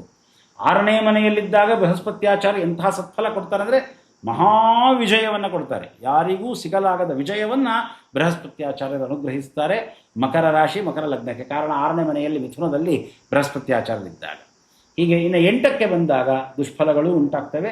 ಅದರಲ್ಲಿಯೂ 3 ಮತ್ತು 12ನೇ ಮನೆಯ ಅಧಿಪತಿ 8ಕ್ಕೆ ಹೋಗಿದ್ದಾಗ ಸ್ವಲ್ಪ ಏನೋ ಏಟು ಬಿದ್ದು ತೊಂದರೆ ಬಿದ್ದು ಹಣ ಖರ್ಚಾಗುವ ಪ್ರಸಕ್ತಿ ಇರ್ತದೆ. ವರ್ಷದ ಅಂತ್ಯದಲ್ಲಿ ಅದರ ಬಗ್ಗೆ ಎಚ್ಚರವನ್ನು ಇಟ್ಟುಕೊಳ್ಳತಕ್ಕದ್ದು. ಏನು ಮಕರ ರಾಶಿಯವರಿದ್ದಾರೆ ಆ ಮಕರ ರಾಶಿಯವರು ₹2 ಸಂಪಾದನೆ ಮಾಡ್ತೀರಿ, ₹8 ಖರ್ಚಿದೆ. ಹೀಗಾಗಿ ಬಹಳ ಎಚ್ಚರದಲ್ಲಿರ್ತಕ್ಕದ್ದು. ಸಾಲ ಮಾಡಬೇಡಿ. 6 ಆರೋಗ್ಯ, 4 ಅನಾರೋಗ್ಯ, 4 ರಾಜಪೂಜಾ ಕೆಲಸಗಳು 4 ಆಗುತ್ತೆ, 2 ರಾಜಕೋಪ ಉಂಟಾಗತ್ತೆ, 2 ಕೆಲಸ ಆಗೋದಿಲ್ಲ, ಆ ಕ್ರಮದಲ್ಲಿದೆ. ಇನ್ನು ಕುಂಭರಾಶಿಯವರಿಗೆ ಈಗ 7.5 ಮುಗಿಯುವ ಹಂತಕ್ಕೆ ಬರ್ತಾ ಇದೆ. ಯಾರಿಗೆ ಈಗ ಕಷ್ಟಗಳ ಆರಂಭವಾಗಿವೆ, 1-1.5 ವರ್ಷದಿಂದ ಕಷ್ಟಗಳ ಆರಂಭವಾಗಿವೆ, ತುಂಬ ಎಚ್ಚರದಲ್ಲಿರಬೇಕು. ನೀವು ಶನೈಶ್ಚರರ ಪ್ರಸಕ್ತಿಯನ್ನು ಗಳಿಸಿಕೊಳ್ಳಲೇಬೇಕು. ವಿಶ್ವನಂದಿನಿಯಲ್ಲಿ 7.5 ಪರಿಹಾರ ಮಾಡಿಕೊಳ್ಳುವ ಕ್ರಮವನ್ನು ತಿಳಿಸಿದ್ದೇನೆ. ಯಾರಿಗೆ ಕಳೆದ 5-6 ವರ್ಷಗಳಿಂದ ಬಹಳ ತೊಂದರೆ ಇದ್ದು ಈಗ ತೊಂದರೆ ಕಡಿಮೆ ಆಗ್ತಾ ಇದೆ ಅಂತ ಅನ್ನಿಸ್ತದೆ, ಅವರು ಸಂತೋಷ ಪಡಬೇಕು. ಕಾರಣ ಶನೈಶ್ಚರರು ಪೂರ್ಣ ಕಷ್ಟವನ್ನು ಕಳೆದೇ ಹೋಗ್ತಾರೆ. ಹೀಗಾಗಿ ಕುಂಭರಾಶಿಯವರು ಸಹಿತ ವಿಶೇಷವಾಗಿ ನೀವು ಶನೈಶ್ಚರರ ಆರಾಧನೆಯನ್ನು ಮಾಡತಕ್ಕದ್ದು. ಕುಂಭರಾಶಿಯಲ್ಲೇ ರಾಹುಗ್ರಹ ಇದೆ. ನಿಮ್ಮನ್ನು ನೀವು ನಿಯಂತ್ರಣ ಮಾಡಿಕೊಳ್ಳಲಿಕ್ಕಾಗುವುದಿಲ್ಲ. ನೀವು ಮಾಡಬೇಕಾದ್ದು ವರಾಹ ದೇವರ ಪೂಜೆಯನ್ನು ಮಾಡಿ. ಏನು ಹನುಮಂತ ದೇವರು ಸಮುದ್ರವನ್ನು ಲಂಘನ ಮಾಡಿದಂತಹ ಕಥೆ ಇದೆಯಲ್ಲ, ಅದನ್ನು ಕೇಳಿ. ಸುಂದರಕಾಂಡದ ಕಥೆ ನಿರಂತರವಾಗಿ ಕೇಳಿ. ಹನುಮಂತ ದೇವರ ಪರಾಕ್ರಮ. ಏನು ರುದ್ರದೇವರು ದಕ್ಷಯಜ್ಞವನ್ನು ಧ್ವಂಸ ಮಾಡಿದಂತಹ ಪ್ರಸಂಗ ಇದೆಯಲ್ಲ, ಅದನ್ನು ಕೇಳಿ. ನಿಮಗೆ ಒಳ್ಳೆಯದಾಗ್ತದೆ. ಕುಂಭ ರಾಶಿಯವರಿಗೆ ಇದು ಬಹಳ ಮಹತ್ವದ ಒಂದು ಸೂಚನೆ. ಅವರು ಎಚ್ಚರದಲ್ಲಿ ಇರತಕ್ಕ. ಕುಂಭರಾಶಿಯವರಿಗೂ ಸಹಿತ ₹2 ಸಂಪಾದನೆ, ₹8 ಖರ್ಚಿದೆ, ಎಚ್ಚರದಲ್ಲಿರಬೇಕು. ಆರೋಗ್ಯ 6 ಇದೆ, ಆದರೆ ಅನಾರೋಗ್ಯವೂ ಜೊತೆಯಲ್ಲಿ 4 ಇರುತ್ತದೆ. ಕೆಲಸಗಳು 4 ಆಗ್ತವೆ, 2 ಆಗುವುದಿಲ್ಲ. ಈ ಕ್ರಮದಲ್ಲಿ ಕುಂಭರಾಶಿ. ಇನ್ನು ಮೀನರಾಶಿಯವರಿಗೆ ಜನ್ಮದಲ್ಲಿಯೇ ಶನಿ ಇದೆ ಮತ್ತು ವ್ಯಯದಲ್ಲಿ ರಾಹು. ವ್ಯಯದಲ್ಲಿ ರಾಹು ಇದ್ದಾಗ, 12ನೇ ಮನೆಯಲ್ಲಿ ರಾಹು ಇದ್ದಾಗ ಇದ್ದಕ್ಕಿದ್ದ ಹಾಗೆ ಖರ್ಚುಗಳು. ಖರ್ಚನ್ನು ನಿಯಂತ್ರಣ ಮಾಡಲಿಕ್ಕಾಗೋದಿಲ್ಲ. ನೀವು ಆ ಖರ್ಚನ್ನು ಎಕ್ಸ್ಪೆಕ್ಟೇ ಮಾಡಿರೋದಿಲ್ಲ, ಅಂಥ ಒಂದು ಖರ್ಚು ಬಂದುಬಿಡ್ತದೆ. ನೀವೂ ಸಹಿತ ವರಾಹದೇವರನ್ನು, ಹನುಮಂತ ದೇವರನ್ನು ಮತ್ತು ನಮ್ಮ ರುದ್ರದೇವರ ವೀರಭದ್ರ ರೂಪವೇನಿದೆಯಲ್ಲ ಅದರ ಚಿಂತನವನ್ನು ಮಾಡತಕ್ಕದ್ದು. ಏನೆಲ್ಲ ದೇವತೆಗಳು ದುರ್ಗಾದಿ ರೂಪಗಳಿವೆಯಲ್ಲ, ಕ್ರುದ್ಧರಾಗಿ ಲೋಕನಾಶವನ್ನು ಮಾಡ್ತಾ ಇದ್ದಂತಹ ರಾಕ್ಷಸರನ್ನು ಸಂಹಾರ ಮಾಡಿದಂತಹ ರೂಪಗಳಿವೆಯಲ್ಲ, ಆ ಭಗವಂತನ ದೇವತೆಗಳ ರೂಪಗಳನ್ನು ವಿಶೇಷವಾಗಿ ಆರಾಧನೆ ಮಾಡಿರಿ. ರಾಹುವಿನ ಅನುಗ್ರಹ ದೊರೆಯುತ್ತದೆ. ಮತ್ತು ನಿಮ್ಮ ದೇಹವನ್ನು ನೀವು ಚೆನ್ನಾಗಿಟ್ಟುಕೊಳ್ಳಿ. ಕುಂಭರಾಶಿ ಮೀನರಾಶಿ ಇಬ್ಬರೂ ಚೆನ್ನಾಗಿಟ್ಕೊಳ್ಳಿ. ನಿಮ್ಮ ದೇಹವನ್ನು ನೀವೆಷ್ಟು ಶುದ್ಧವಾಗಿಟ್ಕೋತೀರಿ ಅಷ್ಟು ನಿಮಗೆ ಒಳ್ಳೆಯದು. ಒಂದು ಎಲ್ಲ ರಾಶಿಯವರು ತಿಳಿಯಬೇಕಾದಂತಹ ಒಂದು ಮಾತು ಹೇಳ್ತೇನೆ. ನಿಮಗೆ ಎಂಜಲು ಮುಸರೆ ಗೊತ್ತಿದ್ದರೆ ರಾಹುವಿನ ಅನುಗ್ರಹವಿದೆ ಅಂತ ಅರ್ಥ. ಎಂಜಲು ಮುಸರೆ ಗೊತ್ತೇ ಇಲ್ಲ, ಬಾಯಲ್ಲಿ ಬೆರಳಿಟ್ಕೊಳ್ತೀರಿ, ಹಾಗೆ ಎಲ್ಲ ಕಡೆಗೆ ಮುಟ್ತೀರಿ, ನಾಲಿಗೆಗೆ ಬೆರಳು ಹಚ್ಚಿಕೊಂಡು ಪೇಜನ್ನು ತಿರುಗಿಸೋದು, ಪುಟ ತಿರುಗಿಸೋದು ಅಥವಾ ದುಡ್ಡು ಎಣಿಸೋದು, ಪದೇ ಎಂಜಲು ಮುಟ್ತಾ ಇದ್ದೀರಿ ಅಂದರೆ ರಾಹು ಕ್ರುದ್ಧ ಆಗಿದೆ ಅಂತ ಅರ್ಥ. ರಾಹು ಆವರಿಸಿಬಿಟ್ಟಿದೆ ಅಂತ ಅರ್ಥ. ಎಚ್ಚರಕ್ಕೆ ಬರಬೇಕು. ಇನ್ನು ಯಾರು ಎಂಜಲು ಮುಸರೆ ಮಾಡುವಂತಹ ಸಜ್ಜನರಿದ್ದೀರಿ, ನಿಮಗೆ ಅಪ್ರಯತ್ನವಾಗಿ ನಿಮ್ಮ ಕೈ ಬಾಯಿಗೆ ತಗಲ್ತಾ ಇದೆ, ಕೈ ಎಂಜಲಾಗ್ತಾ ಇದೆ, ಅಥವಾ ಊಟ ಮಾಡಿ ಕೈ ತೊಳ್ಕೊಳಕ್ಕೆ ಹೋಗ್ತಾ ಇದ್ದೀರಿ, ಕೈಯಲ್ಲಿನ ಎಂಜಲು ನೆಲದ ಮೇಲೆ ಬೀಳ್ತಾ ಇದೆ, ಅಥವಾ ಊಟ ಮಾಡ್ತಾ ಇದ್ದೀರಿ, ತಟ್ಟೆ ಪಕ್ಕಕ್ಕೆ ಸರಿತು, ಕೆಳಗೆಲ್ಲ ಎಂಜಲು ಆಗಿಬಿಡ್ತು, ಎಂಜಲು ನೀರು ಕೆಳಗಡೆಗೆ ಬಿತ್ತು, ಮೈ ಮೇಲೆ ಏನೋ ಕುಡಿಬೇಕಾದರೆ ಅದು ಮೈ ಮೇಲೆ ಆ ಪದಾರ್ಥಗಳು ಬಿದ್ದುಬಿಟ್ವು ಅಂತಾದರೆ ರಾಹುಗ್ರಹ ಕ್ರುದ್ಧ ಆಗಿದೆ ಅಂತ ಅರ್ಥ. ನೀವು ಒಳ್ಳೆ ಬಟ್ಟೆ ಹಾಕ್ಕೊಂಡಿದ್ದೀರಿ, ಹೊರಗಡೆಗೆ ತಿರುಗಾಡ್ಕೊಂಡು ಬರ್ಲಿಕ್ಕೆ ಹೋಗ್ತಾ ಇದ್ದೀರಿ, ಹರಿದು ಹೋಯಿತು, ಅಥವಾ ಏನೋ ಕೆಸರು ಬಿತ್ತು, ರಾಹು ಕ್ರುದ್ಧವಾಗಿದೆ ಅಂತ ಅರ್ಥ. ಕ್ರುದ್ಧವಾದ ರಾಹುವನ್ನು ಶಮನಗೊಳಿಸುವಂತಹ ಕ್ರಮ ಒಂದು, ನಿಮಗೆ ಯಾವುದು ಹತ್ತಿರದಲ್ಲಿ ಕ್ಷೇತ್ರವಿದೆಯೋ ಆ ಕ್ಷೇತ್ರಕ್ಕೆ ಹೋಗಿ ಸೇವೆ ಮಾಡಿರಿ, ದೈಹಿಕವಾದ ಸೇವೆ ಮಾಡಿರಿ. ರಾಹುಗ್ರಹ ಅದರಿಂದಲೂ ಪ್ರಸನ್ನವಾಗುತ್ತೆ. ಏಕಾಂತದಲ್ಲಿ ಕೂಡಬೇಡ್ರಿ. ಏಕಾಂತದಲ್ಲಿ ಕೂತಷ್ಟು ಜಾಸ್ತಿ ಆಗುತ್ತೆ ನಿಮಗದು. ನೀವು ಕ್ಷೇತ್ರಗಳಿಗೆ ಹೋಗಿ ಸೇವೆ ಮಾಡಿರಿ. ಎರಡನೆಯದು, ನಿಮ್ಮ ದೇಹ, ಆ ಕೊಳೆಯನ್ನು ಇಟ್ಟುಕೊಳ್ಬೇಡಿ. ನಿಮ್ಮ ದೇಹವನ್ನು ಶುದ್ಧ ಮಾಡಿಟ್ಟುಕೊಳ್ಳಿ. ಎಷ್ಟು ಶುದ್ಧ ಮಾಡಿಕೊಳ್ತೀರಿ ಅಷ್ಟು ಒಳ್ಳೆಯದಾಗ್ತದೆ. ಇನ್ನು ಮೀನರಾಶಿಯವರಿಗೆ ಜನ್ಮದಲ್ಲಿ ಶನಿ ಇರುವುದರಿಂದ ಮನೋವ್ಯಥೆ ಬಹಳ ಕಾಡ್ತದೆ. ಅಪಾರ ತರಹದ ಕಷ್ಟಗಳು ಬರ್ತಾ ಇರ್ತವೆ. ಎಷ್ಟೋ ಬಾರಿ ಆತ್ಮಹತ್ಯೆಯ ಆಲೋಚನೆಗಳು ಬರ್ತಿರ್ತವೆ. ಧರ್ಮದಲ್ಲಿ ಶ್ರದ್ಧೆ ಇರೋದಿಲ್ಲ. ಆದರೆ ಚಿಂತೆ ಮಾಡಬೇಡಿ, ಆತ್ಮಹತ್ಯೆಯ ಆಲೋಚನೆ ಬರ್ತದೆ, ಆತ್ಮಹತ್ಯೆ ಆಗುವುದಿಲ್ಲ. ಶನೈಶ್ಚರರು ಆ ಹಂತಕ್ಕೆ ಕರ್ಕೊಂಡು ಹೋಗ್ತಾರೆ. ಕಷ್ಟಗಳ ಬಗ್ಗೆ ಸಮಾಜಕ್ಕೊಂದು ಮಾತು ಹೇಳ್ತೇನೆ ಕೇಳಿ. ಕಷ್ಟಗಳನ್ನು ಗೆಲ್ಲುವ ಸುಲಭೋಪಾಯ ಇದು. ಸುಲಭಾತಿ ಉಪಾಯ, ರಹಸ್ಯ ಇದು. ಕಷ್ಟಗಳ ರಹಸ್ಯ ಯಾರಿಗೆ ಅನ್ವಯ? ಇದು ಸಜ್ಜನರಿಗೆ. ನೀವು ಶ್ರೇಷ್ಠರಾದ ವಿಷ್ಣು ಭಕ್ತರಾಗಿದ್ದೀರಿ, ಸದ್ಧರ್ಮದ ಆಚರಣೆಗಳನ್ನು ಮಾಡ್ತಾ ಇದ್ದೀರಿ, ಇನ್ನೊಬ್ಬರಿಗೆ ನೀವು ಮನಸ್ಸಿನಲ್ಲಿ ಕೇಡು ಬಯಸ್ತಾ ಇಲ್ಲ, ಅಂತಹವರಿಗಿದೆ ಅನ್ವಯ. ಭಗವಂತ ಸಜ್ಜನರಿಗೆ ಯಾಕೆ ಕಷ್ಟ ಕೊಡ್ತಾನೆ ಅಂದರೆ, ನಾವು ಈ ಸಂಸಾರಕ್ಕೆ ಬಂದು ದುರ್ಬುದ್ಧಿಗಳನ್ನು ಕಲ್ತಿರ್ತೇವೆ, ಕೆಟ್ಟ ಬುದ್ಧಿಗಳನ್ನು ಕಲ್ತಿರ್ತೇವೆ, ಕೆಟ್ಟ ದೋಷಗಳನ್ನು ಮೈಗೂಡಿಸಿಕೊಂಡಿರ್ತೇವೆ. ಆ ಕೆಟ್ಟ ದೋಷವನ್ನು ಬಿಡು ಅನ್ನುವುದಕ್ಕಾಗಿ ಭಗವಂತ ಕಷ್ಟ ಕೊಡ್ತಾನೆ. ಕಷ್ಟ ಬರೋದು ನಮ್ಮ ಕರ್ಮದಿಂದಲೇ ಬರುತ್ತೆ, ಸಂಶಯವಿಲ್ಲ. ಅದು ಸಜ್ಜನರಿಗೂ ಸರಿ, ದುರ್ಜನರಿಗೂ ಸರಿ, ಪೂರ್ವಜನ್ಮದ ಕರ್ಮಾನುಸಾರವಾಗಿ ಕಷ್ಟಗಳನ್ನು ಅನುಭವಿಸ್ತಾರೆ. ಆದರೆ ಸಜ್ಜನರಿಗೆ ಭಗವಂತ ಕಷ್ಟ ಕೊಡಬೇಕಾದ್ರೆ ಒಂದು ಅನುಗ್ರಹವನ್ನು ಮಾಡ್ತಾನೆ. ಏನು? ಆ ಕಷ್ಟದಿಂದ ಈ ಸಜ್ಜನ ಒಳ್ಳೆಯ ಗುಣವನ್ನು ಕಲೀಲಿ. ಕಷ್ಟ ಬಂದಾಗ, ಯಾವುದೇ ಕಷ್ಟದಲ್ಲಿರಿ ನೀವು, ಆರ್ಥಿಕ ಕಷ್ಟದಲ್ಲಿರ್ರಿ, ಅಥವಾ ಕೌಟುಂಬಿಕ ಕಷ್ಟದಲ್ಲಿರ್ರಿ, ಅಥವಾ ಆರೋಗ್ಯದ ಕಷ್ಟ ಇರಲಿ, ಯಾವುದೇ ತರಹದ ಕಷ್ಟ, ಆ ಕಷ್ಟದೊಳಗೆ ನೀವಿದ್ದೀರಿ ಅಂದರೆ ಕಣ್ಣು ಮುಚ್ಚಿ ಆಲೋಚನೆ ಮಾಡಿರಿ, ಯಾವಾಗಿಂದ ಈ ಸಮಸ್ಯೆ ಆರಂಭ ಆಯಿತು. ಆ ಸಮಸ್ಯೆ ಆರಂಭ ಆಗಲಿಕ್ಕಿಂತ 5-6 ತಿಂಗಳ ಒಳಗೆ ಏನು ತಪ್ಪು ಮಾಡಿದ್ದೆ ವಿಚಾರ ಮಾಡಿ, ಉತ್ತರ ನಿಮಗೆ ಸಿಗುತ್ತೆ. ಮತ್ತು ಈ ಕಷ್ಟ ಏನು ದುಷ್ಫಲವನ್ನು ನೀಡ್ತಾ ಇದೆಯೋ ಅದೇ ರೀತಿಯಾಗಿ ನನ್ನಲ್ಲಿರುವ ದುರ್ಗುಣವನ್ನು ಹೋಗಲಾಡಿಸಲಿಕ್ಕೆ ಪ್ರಯತ್ನ ಪಡ್ತಾ ಇದೆ ಅನ್ನೋದನ್ನು ತಿಳ್ಕೊಂಡು ಆ ದುರ್ಗುಣ ಯಾವುದು ಅನ್ನುವುದನ್ನು ಹುಡುಕಿ, ಕಾಮವ, ಕ್ರೋಧವ, ಲೋಭವ, ಮೋಹವ, ಅಹಂಕಾರವ ಏನು ಅನ್ನೋದನ್ನು ಹುಡುಕ್ರಿ, ಅದನ್ನು ತ್ಯಾಗ ಮಾಡಿರಿ, ಕಷ್ಟ ಹೊಟ್ಟೋಗುತ್ತೆ. ಕಷ್ಟ ಬರೋದೇ ನಮ್ಮಿಂದ ದುರ್ಗುಣವನ್ನು ಬಿಡಿಸಲಿಕ್ಕೆ. ಬಂಗಾರವನ್ನು ಯಾಕೆ ಬೆಂಕಿಗೆ ಹಾಕ್ತಾನೆ ಅಕ್ಕಸಾಲಿಗ? ಕೊಳೆ ಹೋಗಲಿಕ್ಕೆ. ಕೊಳೆ ಬಿಟ್ಟ ತಕ್ಷಣ ಬಂಗಾರವನ್ನು ಎತ್ಕೊಳ್ತಾನೆ, ಕೊಳೆ ಅಲ್ಲೇ ಬಿಡ್ತಾನೆ, ಬಂಗಾರವನ್ನು ತೆಗೆದುಕೊಳ್ತಾನೆ. ಹಾಗೇ ನಾವು ಆ ಕೆಟ್ಟದ್ದನ್ನು ತ್ಯಾಗ ಮಾಡಬೇಕು. ಆ ಕೆಟ್ಟದ್ದನ್ನು ತ್ಯಾಗ ಮಾಡಿಬಿಟ್ರೆ ಕಷ್ಟ ಅಲ್ಲಿಗೆ ಮುಗಿದು ಬಿಡ್ತದೆ.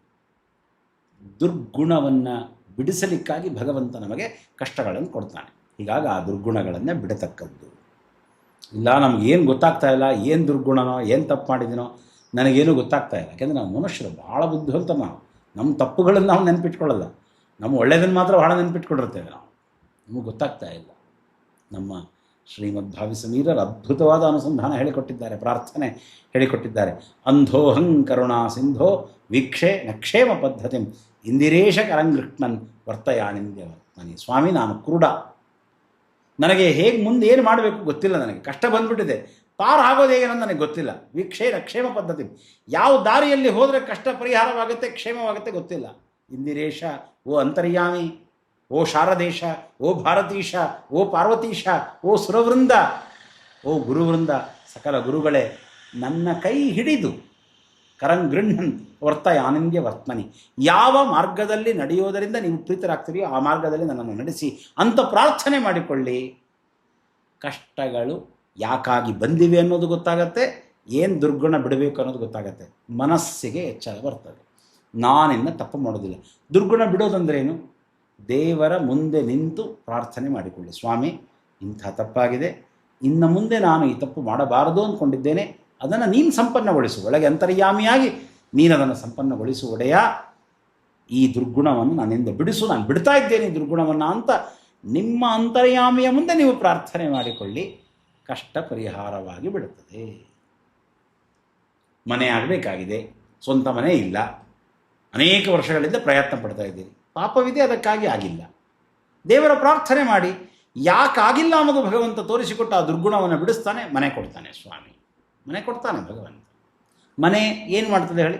ನೆಮ್ಮದಿಯನ್ನು ಕೊಡ್ತದೆ, ಒಂದು ರಕ್ಷಣೆಯ ಭಾವವನ್ನು ಕೊಡ್ತದೆ ಮನೆ ನಮಗೆ, ಹೌದಾ?